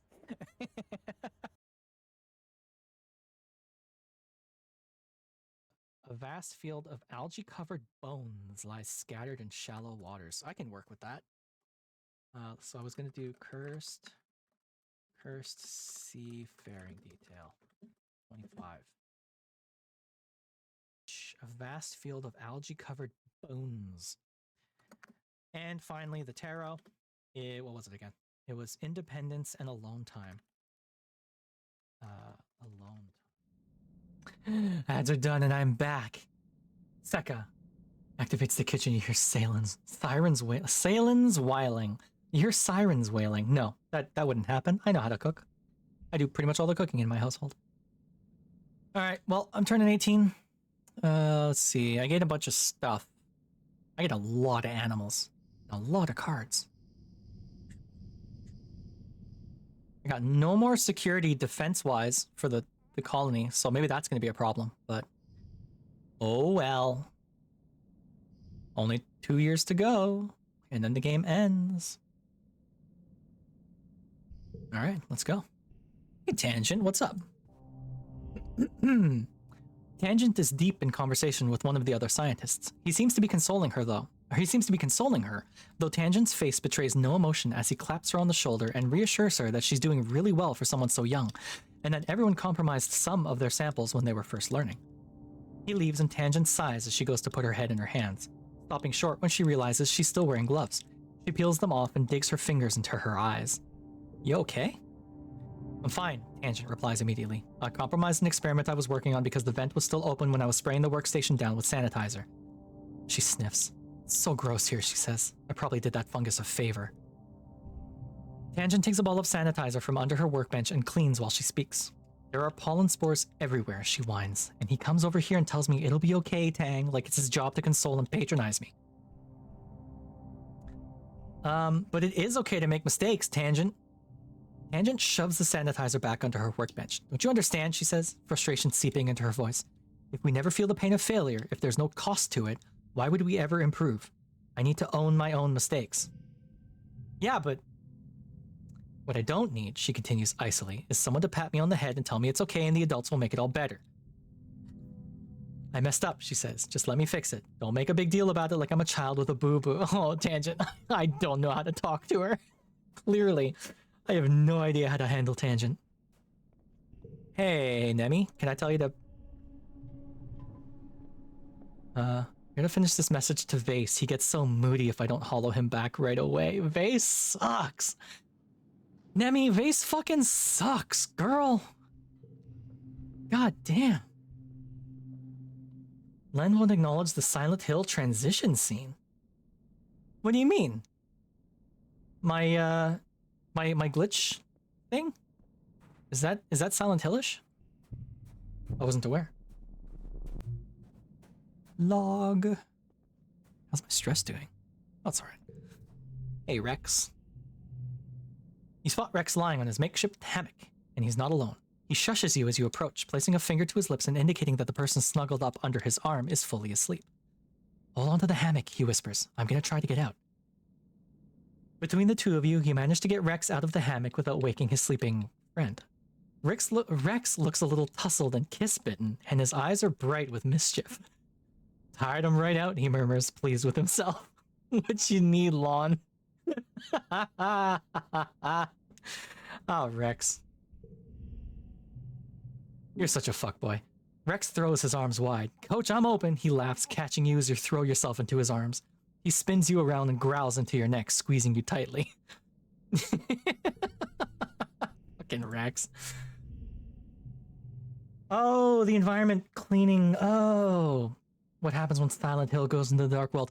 The only Silent Hill anything I know is the movie. And I watched that years and years and years ago. So. Utopia's so cool, Nomi says, twirling their pencil between their fingers. She's just out there in the wilderness doing cool explorer-y stuff. It almost makes me wish I was any good at exploring, but I just get super scared and freeze up, and then I make silly mistakes. Everyone says so. Nomination. Stop making silly mistakes. I didn't know her name was Nomination. I have learned a thing today. Nomi's real name is Nomination. Do I know all of their names yet? I know Tangent's, because she just goes by Tangent. I don't know Dice's. I know Marzipan. I know Aspartame. Yeah. Rex is just Rex, I suppose. Oh no. Hi, Nara. Wait. I need one of you to say rar instead of roar. I need one of you to say rar. There you go. I've got a I've got a thing, so my bot will always respond to you if you say rar. There's like 10 or 15 different variations on that. It'll just say a thing. Vase is short for olivaceous. Yes, I set up rar as a joke. I thought it was funny. Hey, Vase. Have a boba fruit, you fucking asshole. Eat my ass, Vase.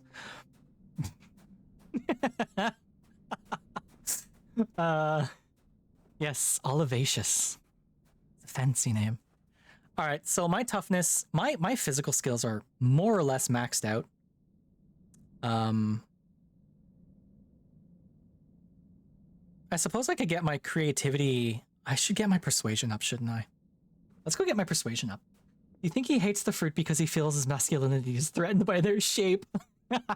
Maybe. Vase, you suck so hard. God, I hate Vase. I've dropped frames in this stream. Well, that's interesting. I wonder what happened.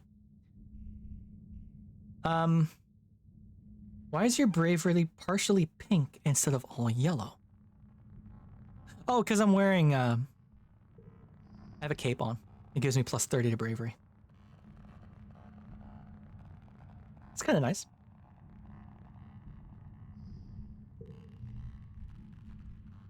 Well, I can study humanities, which will give me more persuasion and more creativity. Let's do that. Capes are underrated, I agree. Congruence asks you to take a stack of blank paper and a box of pencils from the classroom nanoprinter and pass them out to the class. Today we will be practicing our handwriting, she announces. Oh lord. You hear Tangent groan beside you, but Congruence, she whines, why would we ever need to write by hand when we have hollow palms? You made a cape? That's so cool. That's really neat. Well done. This exercise will be part history lesson, part future skill, Congruence tells the class. In the future, you may not always have access to holopalm technology. Our replicators and computers will break down eventually, and when they do, you'll have to rely on low-tech solutions to everyday tasks. So, first lesson, how to correctly hold a pencil. You and the other students get to work learning how to print by hand. It's a little bit like holding a stylus, but the texture is all wrong. Your letters are small and cramped, and you have trouble keeping them in a straight line. Tang, though, is suffering the worst. Ah, Mars laughs. Looks like we finally found something Tang isn't good at. Look, she keeps mixing up her lowercase a's and e's. Mars! Tang is used to using a stylus with her holopalm, but she's never actually drawn the letters. She fumbles like a child, bashing her fists against the holopalm for the first time. It's painful to watch. You can tell she's getting more frustrated with each letter. Trip pants. What is a trip pant? I don't know what that is. Also, hi, Nara. Oh, you got that? Trip pant. I will look it up. Let us look it up. Is it anything like... I think the only named pant thing I know is, Jinko jeans. Trip pant. Oh, yeah. Oh, yeah. Okay. Buy a set of these. Get some black fishnet arm warmers. And go hang out at a hardstyle rave under a bridge somewhere. For sure.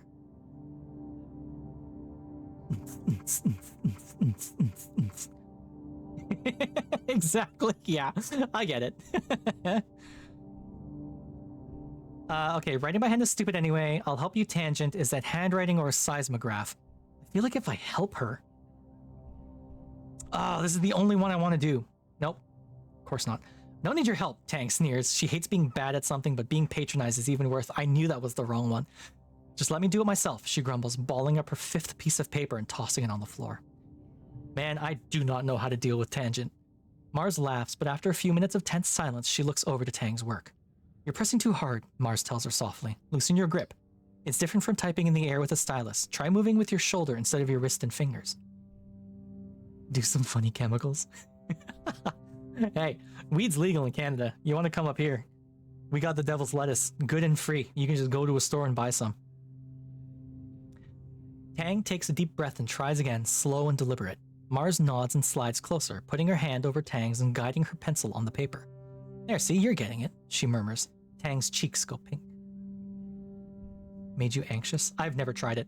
Every year for Christmas, I say that I'm going to get high for Christmas. Like I'll get some edibles. I don't want to smoke anything because I don't like the idea of smoke in my lungs, but I'll eat a brownie, you know? So every year for Christmas, for the last like 5 or 6 years, I've said I was going to get a weed brownie for Christmas. And then every year I forget to. Tang and Mars sitting in a tree. Yep, I agree. After a minute, Tang eases her tension and her writing starts to flow more naturally. Thanks, she stammers, pushing her chair away from Mars. I'm not addicted to Nick. This is too Yuri. I don't like it when this happens. Balls. 444 544. Can I get all fours? Yeah, man. It's a lot of fours.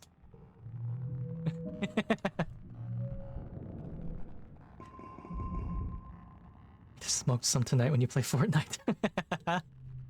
For sure.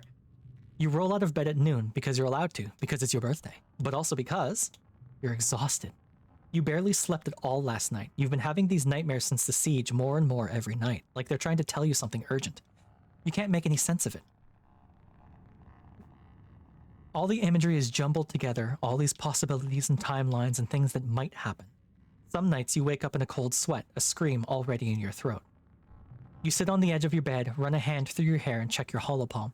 A few people wished you happy birthday, but that's all. You guess you're getting older, birthdays aren't as important as they used to be. Right, and Mars wants to meet you for lunch in the lounge today. You'll have to practice your smile. I remember when Nemi used to come see me on my birthday. Before she chose the worst guy in the colony. As you enter the lounge... Surprise! Hey! You do your very best to play along and act surprised. Woo, streamers, balloons, great. Everyone's here. Look at all these great people. Nomi's great, Cal's great, Rex is great. Mars is okay, I guess. Yeah, Nemi used to come here first thing in the morning. Nemi. All your friends are standing around wearing goofy hats and clapping. Nomi is holding a bunch of balloons larger than they are, and Rex is wearing a cute little waiter's outfit with a bow tie. Of course he is. You accept their hugs and birthday wishes, trying to hide your exhaustion and demurring with a few pointed, "All this for me? You shouldn't have. No, really." Rex wanders around with a tray full of little snacks, offering them to everyone with a vampy accent and a silly airheaded giggle. The goofball act chips away at the natural awkwardness of a surprise party. That is, the first 5 minutes after everyone shouts surprise, and soon everyone is laughing and enjoying themselves. Despite your exhaustion, you start to smile too. Your friends are so amazing, and they're all here because they care about you. I noticed Nemi's not here. I want to play with Rex's ears. He's got floppy little ears. Ugh. Then you get some unexpected guests.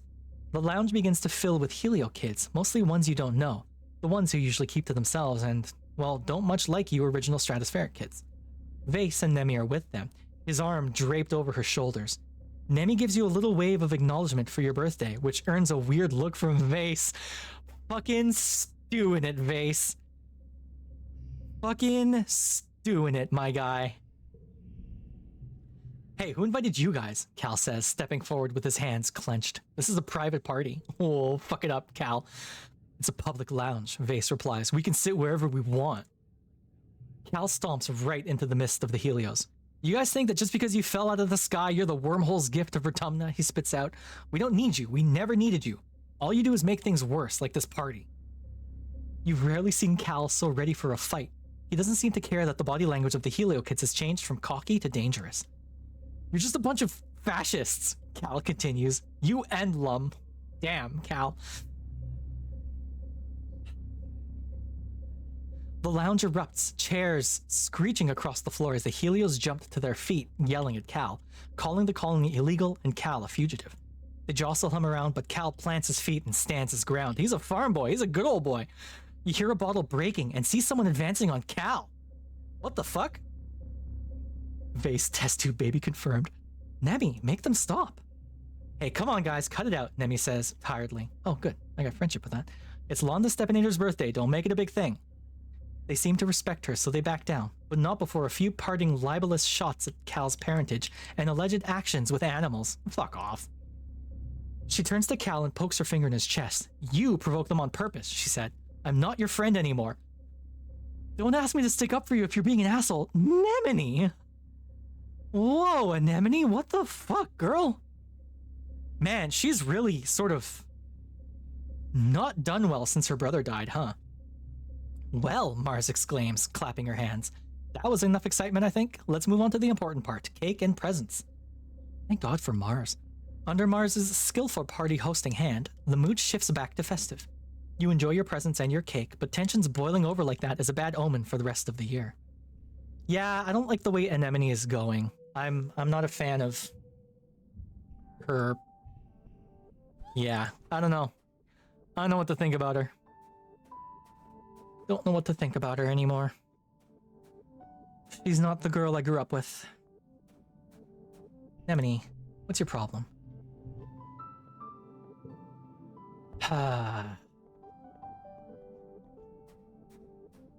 Yep. That's the way, isn't it? Hey, I have something for you. Enjoy your bober fruit, you fucking loser. Eat my dick, Vase. Wait, I don't have one! Oh no, I'm literally a Barbie doll. That was one of the things you get to choose early in the game. When you hit puberty, the game's like, what kind of genitals do you have?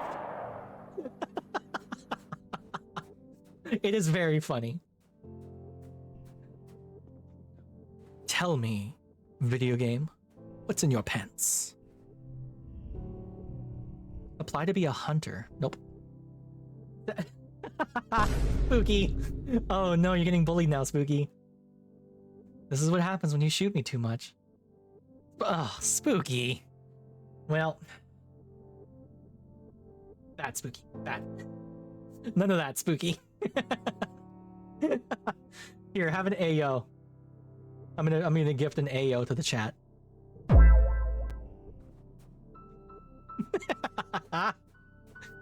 God, I love that emote. Or that redeem. Oh! I guess I'm clean enough. Thanks, Doc. No longer need bath. I'll get wrinkles. What's up, Sion? Can I help you? There's nothing to worry about. Don't worry about it. I don't want to max out my toughness here. What am I at? I'm at 90. If I,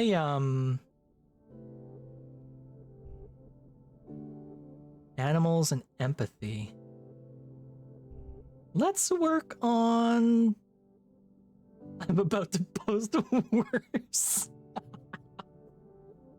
The other agriculturists don't treat you any differently from being Flulu's and Geranium's kid. You do exactly the same tedious, backbreaking, and sometimes miraculous work as everyone else. It's a blessing and a curse.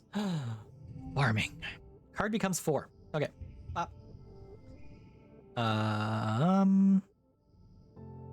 4, 4, 4, 5, 1. Wow. Card becomes 4. 4, 4. Plus 6 if this card has the highest value. Which it's definitely not going to. Oh, 4, 4. Yeah, maybe, eh? Well, because this is actually a 0. Because this becomes a 4. So if I do 5?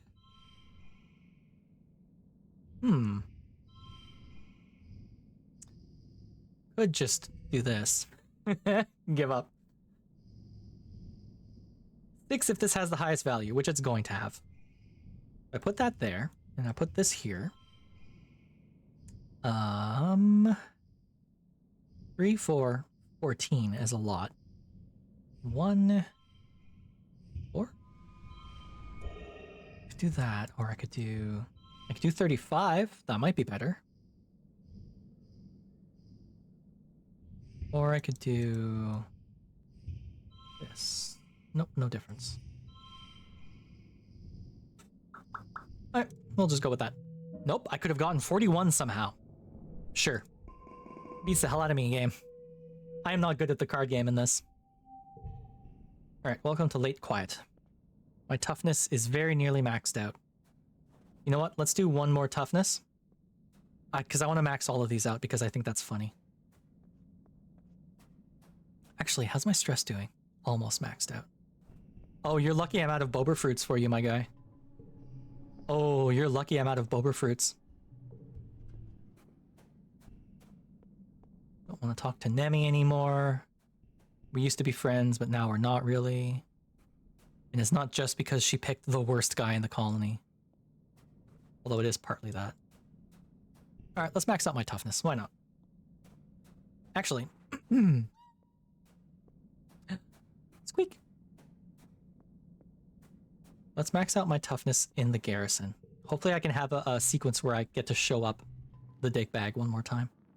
Combat animals. Perception animals. Combat bravery. Flex. Oh, there isn't one to do toughness. Oh, never mind then. Oh, I'm all stressed out.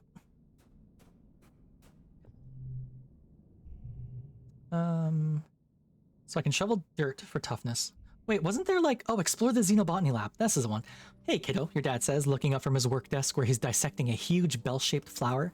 Can you hand me that separator? I've really got my hands in things here. You hand him the tool, which he uses to wedge open some sort of weird stoma-like opening inside the bell. Gooey purple nectar oozes out in pools on the desk. Whoa, he exclaims. I thought I'd drained this little beauty. Can you get a towel, I guess? You help him mop up the flower juice. Yuck, it's sticky and smells like rotting vegetables. When you're done, he looks at you with pride. You know, I've been thinking of getting one of you kids to come help me out with researching the native plants, he says. You think you might be able to break off some time to help your old man in the lab? I know you've been studying biology, he adds. It's not as glamorous as gene tech research with instants, but it is important. I've set up this lab for native plants, he says. Come by if you're looking for something to do, and if you find any cool plants while you're out exploring, bring them here and we'll take a look. Your dad looks around his lab and laughs, then sighs.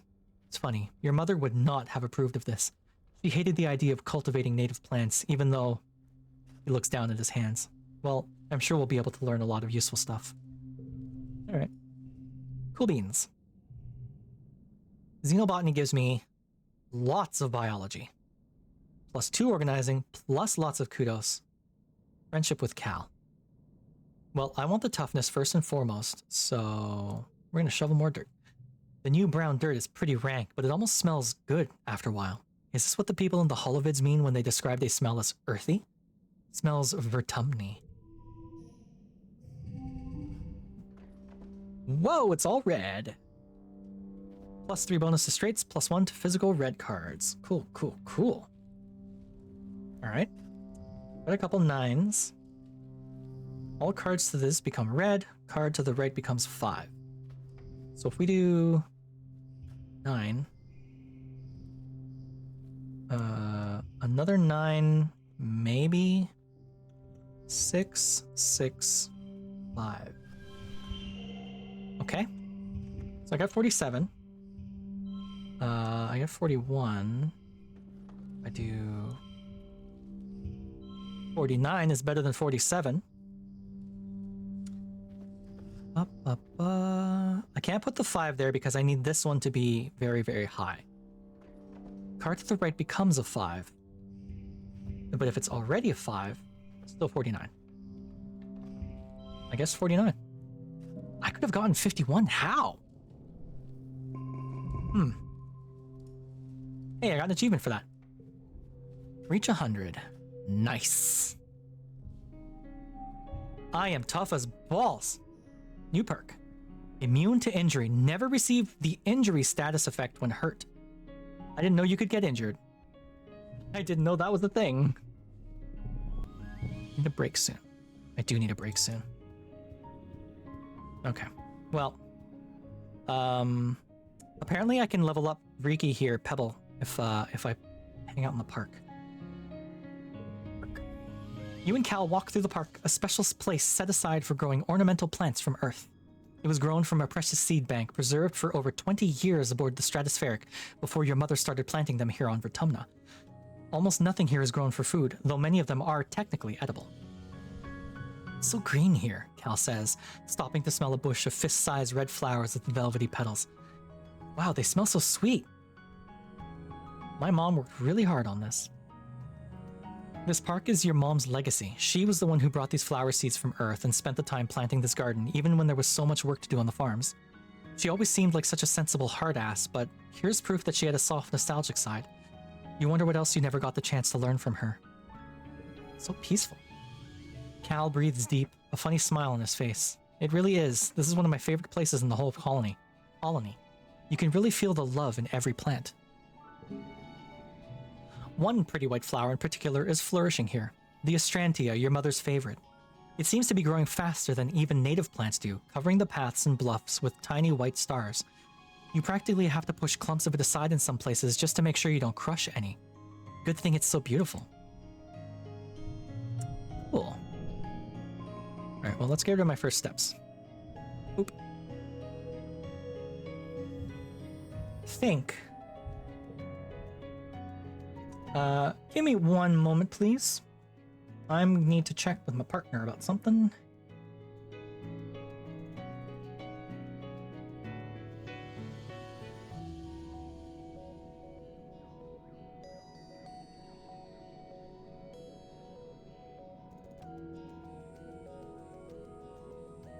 Food's not ready yet. Well, I've maxed out my my Thembo stats. So, nice and saved. It's a shame about my my no save scumming rule, because I could have done something different with Nemi earlier, but I suppose it's fine. It's cool. So what should I do instead? I have no more stress, and I've maxed out my physical skills. I guess I could work on my persuasion and my creativity, maybe? Persuasion might be nice. Become really smart and be a thunk. I could do. I definitely could do. But I'm gonna keep working on this one. You see a notice on the engineering holoweb. Chief Engineer Instance needs someone to help with after-school tutoring. Literally anyone who isn't a complete idiot will do because she's desperate. Please apply. Well, unfortunately, I am a complete idiot, so I'm going to focus on my own studies. I can't very well teach others until you learn the material yourself. Get to work. Nope, I'm dumb. I'm dumb as hell. 44555. Okay. Up.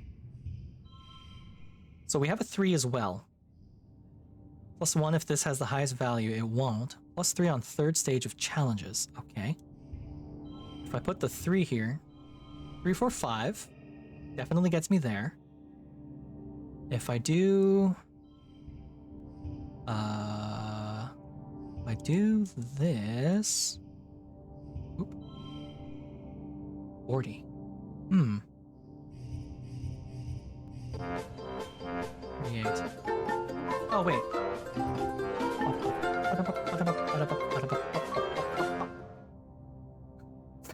Hold my beer. No. No, no, no, no, no. 3, 4, 5. I think 40. 40 might be the best I can do. Because I get this straight here, and then I have a thing here. Unless I scooch all of this over. And I do 4, 5, no. I think 40 might be the best I can do. It very much wasn't. I could have done 45. Man, I'm bad at this game. Wow. Ah, well. What can you do? Squeak, squeak, squeak, squeak. I think Desty and Seka hanging out in my chat.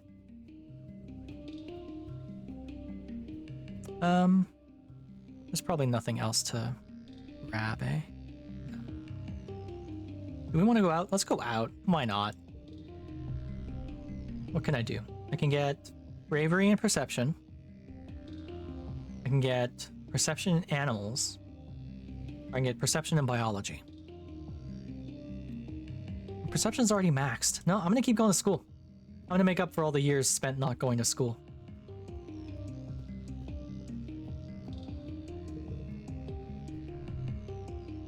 Alright. Humanities again. Ugh. Aw, Desty. I'm sorry.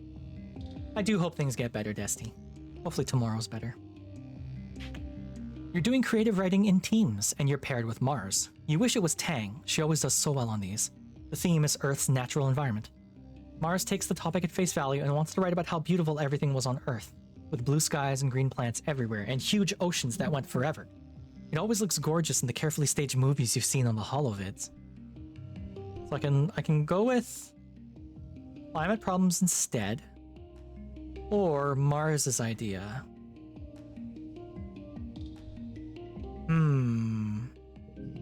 Why not?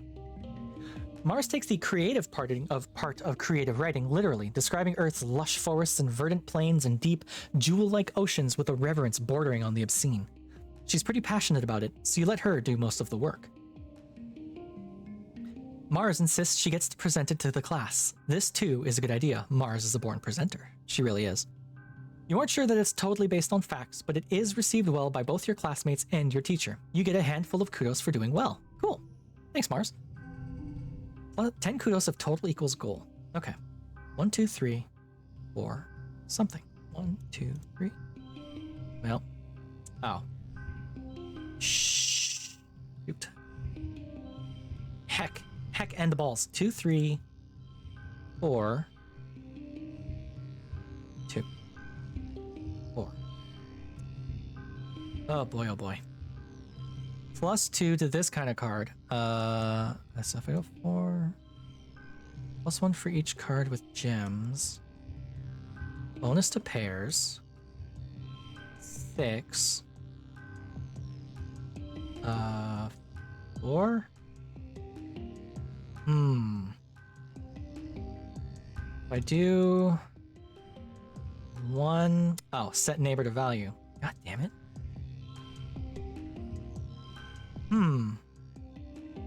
This one's tough, actually. 3 plus bonus to pairs. So I'm getting a bonus to this pair here and a bonus to this pair here.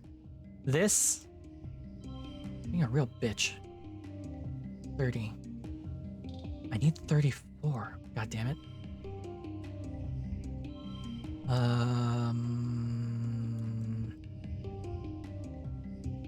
28. That's no good. 1 messes everything up. I feel like this is the best I can get here. Unless I do 2, 3, 2, 3, 4. Well, 33 is better than I was getting. 2, 3, 4. 31, 33.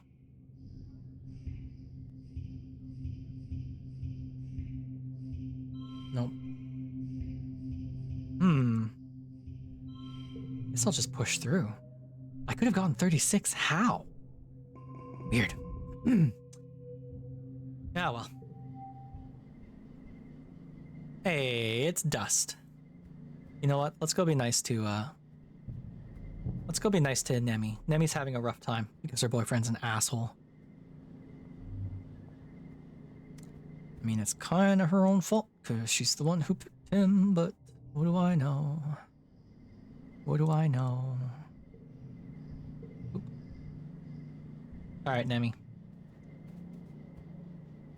33, guess we have to expel you from school. Hey, Nemi, where you at? Happy birthday, Nemi. Nemi seems troubled. How do you know if someone still likes you? She asks. I don't understand this dating stuff. Oh, Nemi. Well, happy birthday regardless, girl. I'm sorry.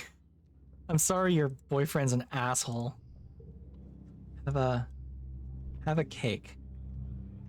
Hey, is this a birthday cake? Thanks for remembering my birthday. Yeah, Nemi. Because even though you've gone down the wrong path and your boyfriend's a dickbag, I'm still gonna celebrate your birthday. Oh, you're lucky I don't have any boba fruits for you, bro. Okay, there's Rex. There's Cal. There's Dad. There's Dice. Ah. Like trains. Well, you're not too far off. Not too far off, honestly. Humanities. Let's keep pushing this one. You hear a scuttling of metallic legs. What the heck? And a strange knee-high robot bursts into your engineering lab, going full tilt on its 6 spidery legs. It slams into a wall hard enough to knock itself down. It seems to be having trouble getting back up again, and is flailing its metal legs around dangerously. Well, my engineering is nowhere near that high, so I'll put it back out into the hall. Ouch! It accidentally slashes you with a leg while scrambling to find purchase, stupid robot. Congruence's TV thingy wheels in squeakily as the robot runs off down the hall. Sorry about that, she chirps. I'm so close to getting its new movement algorithm out online. I'll have the Robovax corner it and we can try again. What are you trying to do? Working with robots is just so hard with no hands, she continues, wheeling back and forth in a display of frustration. This was much easier when Hal was here. I miss him. Congruence doesn't need to clear her throat, but you get the distinct impression she's simulating it anyway. Ahem, well, if you know anyone who loves to tinker with bots, let them know I need a helper. Oh, Nemi does. Or, not Nemi, Nomi does. Look at all these cards. This card gets +3. All cards become blue. This gets +3. 5, 6. Also 6. Also 6.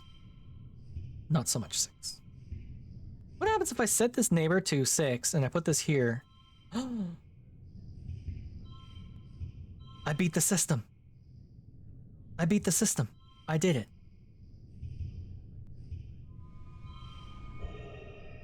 I'm positive this isn't the best possible hand, but I'm gonna do it anyway. 44 or 44. Yeah, I guess it doesn't matter. Oh, yeah, not even a little bit. Whatever. Whatever. This year, Governor Lum's ascension to the Vertumnalia stage is heralded by an entire military band, their instruments shiny and nano-printed new. They march out of command in formation, splitting and forming a phalanx at the foot of the stage as Lum takes his place before you. Good Christ, dude. Spotlights turn on with heavy ka-chunk noises, illuminating Lum in a halo of floating dust particles. He spreads his arms wide. Hello, Vertumna, his voice booms over the speakers. Are we winning or what? Ugh. The reaction is mixed. You look around, it's easy to see the ones cheering the loudest are Helios and people who fully adopted their mentality, like Nemi. Honk! The Stratos are more reserved, some even silent. Security Chief Rhett is one of them, his usual stony expression hiding his true feelings. Regardless, there's enough cheering that Lum has to wait for it to die down before he continues. We're killing it out there, people, he exclaims. Every day we claw a little more territory from the savage aliens of this planet. A potato pod arcs through the air and lands with a broken splort at Lum's feet, blattering him with juice. You don't see through it, but the faction from Geoponics is looking restless. They begin to jeer and stomp their feet. Lum continues on, raising his fist. Those Xenos attacked us first, and now they're learning. Don't mess with humankind. What a dickbag. The crowd is now evenly split between cheering and booing. The Stratos are agitated. You hear calls for things to return how they were, and how Lum and his soldiers are killing the planet. Even the council, lined up before the stage and facing the crowd, looks conflicted. We left Earth to get away from this shit, your dad shouts, and you turn to him in surprise. He rarely swears. Now look at us. We're right back where we started, fighting each other and the planet. We brought it with us. He's right. Utopia hops on stage and routes her own hearspeak through the speakers. He's lying, she yells bitterly. This year we lost 2 surveyors in the swamps, Sorrel and Quinny. They'd be alive today if Lump hadn't sent them to clear out a manticore den for no good reason. She jams her fingers against the governor's chest. The only threat to our colony here is you. Agreed. Lum's smile doesn't change, but his eyes go cold. He snatches Utopia's hand and calmly, slowly, crushes her hollow palm crystal with his thumb. You can hear the crunch of the bones of her hand before her feed cuts out. Utopia yelps as her knees buckle with the pain, her bravado gone. She holds her broken hand to her chest and is too shocked to resist when Lum shoves her off stage. What the fuck, dude? The crowd is stunned into silence as well. Lum clears his throat and approaches the end of the stage, looming tall over the council. Thank you for your input, he says icily. Your concerns have been noted. This isn't the buffoon Lum presents on his daily holovlogs, or the nuisance he is when he visits a worksite. You see something in his eyes you've only caught glimmers of before. Hatred. You Stratos are lucky we didn't crush you under our boots and take your colony by force, he sneers. Before we got here, this colony was doomed. You're only alive because I was merciful. Just a bunch of burned out hippie fugitives. What was your plan for surviving out here? Wishful thinking? Singing songs and talking to animals? Laughter ripples through the Helios. You, he gestures to the council, then jerks his thumb at his chest, need us, not the other way around. I'm done pretending I need to listen to your opinions. If you want to live, you'll do what I say. Oh, this bitch. He stares at Dr. Instance, who glares up at him with hate in her eyes as she tends to Utopia's hands. Maybe it's time to clean house, he threatens. We need team players here, ones who share one vision for the future of Vertumna. After a few tense moments, Seek clears their throat. Sir, shall I continue with the traditional formalities now? Seek. Lum scowls down at Seek, then throws his hand in the air. Whatever, do it if it makes you feel better. You're all cowards. He turns and stalks off the stage, his marching band scrambling to follow him with his exit song. As promised, there are no contests this year, but there is plenty of food and alcohol. Spooky! God, that one makes me jump every time. God damn it. As the sun begins to set, the Helios, including Vase and Nemi, head straight for it and look ready to party into the night. The other teens seem a little less at ease. Dice, quite predictably, has left. Hang out with the Stratos, man. Go find Dice. No, I totally get it, Rex says to Cal as you approach. They didn't used to be this mean. Sure, we all joked about how, like, we'd find you guys rubbing sticks together in the dirt after your nanotech broke down, but it wasn't like this. He jerks his thumb towards Vase and his group of friends who've wrangled themselves a little trippet and are skewering it to roast it over a fire. Christ, I read that badly. Wrangling themselves a live trippet and are skewering it to roast over a bonfire. You can hear its dying squeals from here, and as night falls, smell the sweet, charred scent of it cooking. Guys. No, they've always kind of been like this, Nomi shakes their head. Just like total human supremacists. See something you don't understand? Nomi makes laser guns with their fingers. Pew pew, all gone. Want something someone else has? Pew pew, all yours.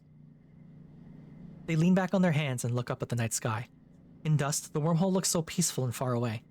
I used to think me and Rex were like changelings, like aliens beamed in and replaced two human babies with weirdos.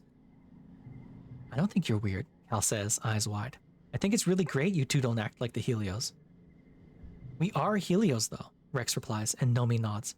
And some people dancing around that bonfire are Stratos. It's not about how you were raised.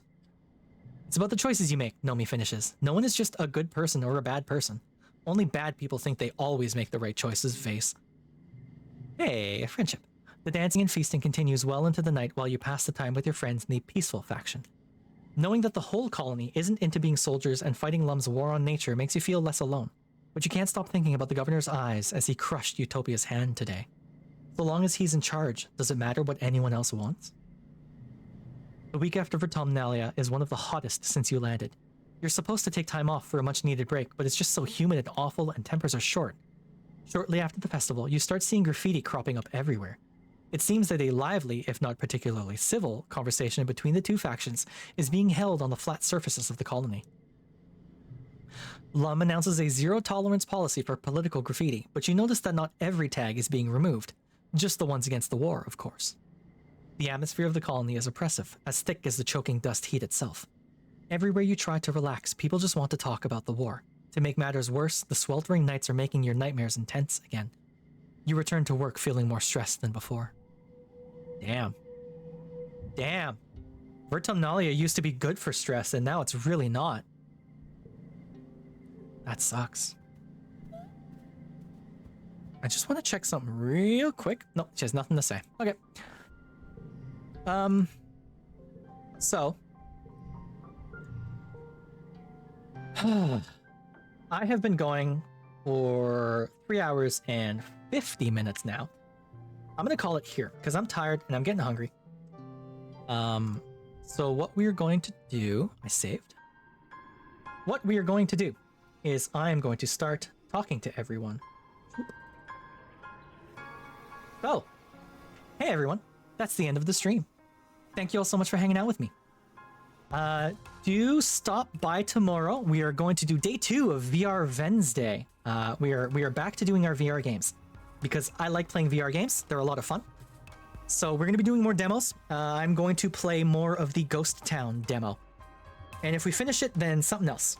The end of the stream, Doc, you made it. Congrats. You made it to the end of the stream. Yeah, so we're going to do some more VR games tomorrow. We're going to play some Ghost Town demo at the start. And if we finish it, we're going to play something different. I have a game I think I want to play, but I have a bunch of VR demos, so we'll figure it out tomorrow. I'm not fussed. And if you can't make it tomorrow, then do come by on Thursday, where I'll be playing Vintage Story with a bunch of friends, including Aza, who stopped by earlier. Good friend Aza. If you like hardcore Minecraft type shit, Vintage Story should be right up your alley. If you've been interested in, come check it out. I'll show you what it's about. We'll have a lot of fun. And I think that's it. Thank you, Scion. I hope you also have a good rest of your day. So we're going to find someone to raid to. Who's live? First, before I see who's live, I'm going to see if any of my friends are live. Let's see. Not very many people streaming today. Okay. Well, let's see if anyone else is playing this one. Typically, I'm the only one. Yep, I'm the only one playing this one. Okay. Well... Ilir is playing No Man's Sky, which is kind of similar. We got Eurydice playing Undertale. Someone's playing StarCraft. Like, old school StarCraft? That's kind of cool. Nah, let's raid out to Ilir. So we're going to pass this over to Ilir, and hopefully she will take care of you. So, yeah, No Man's Sky. All right, so we're going to pass you over to Ilir. Raid is live. Thank you all so much for hanging out with me. It's always a blast. I appreciate it. I will see you all tomorrow for VR Wednesday. Bye, everyone.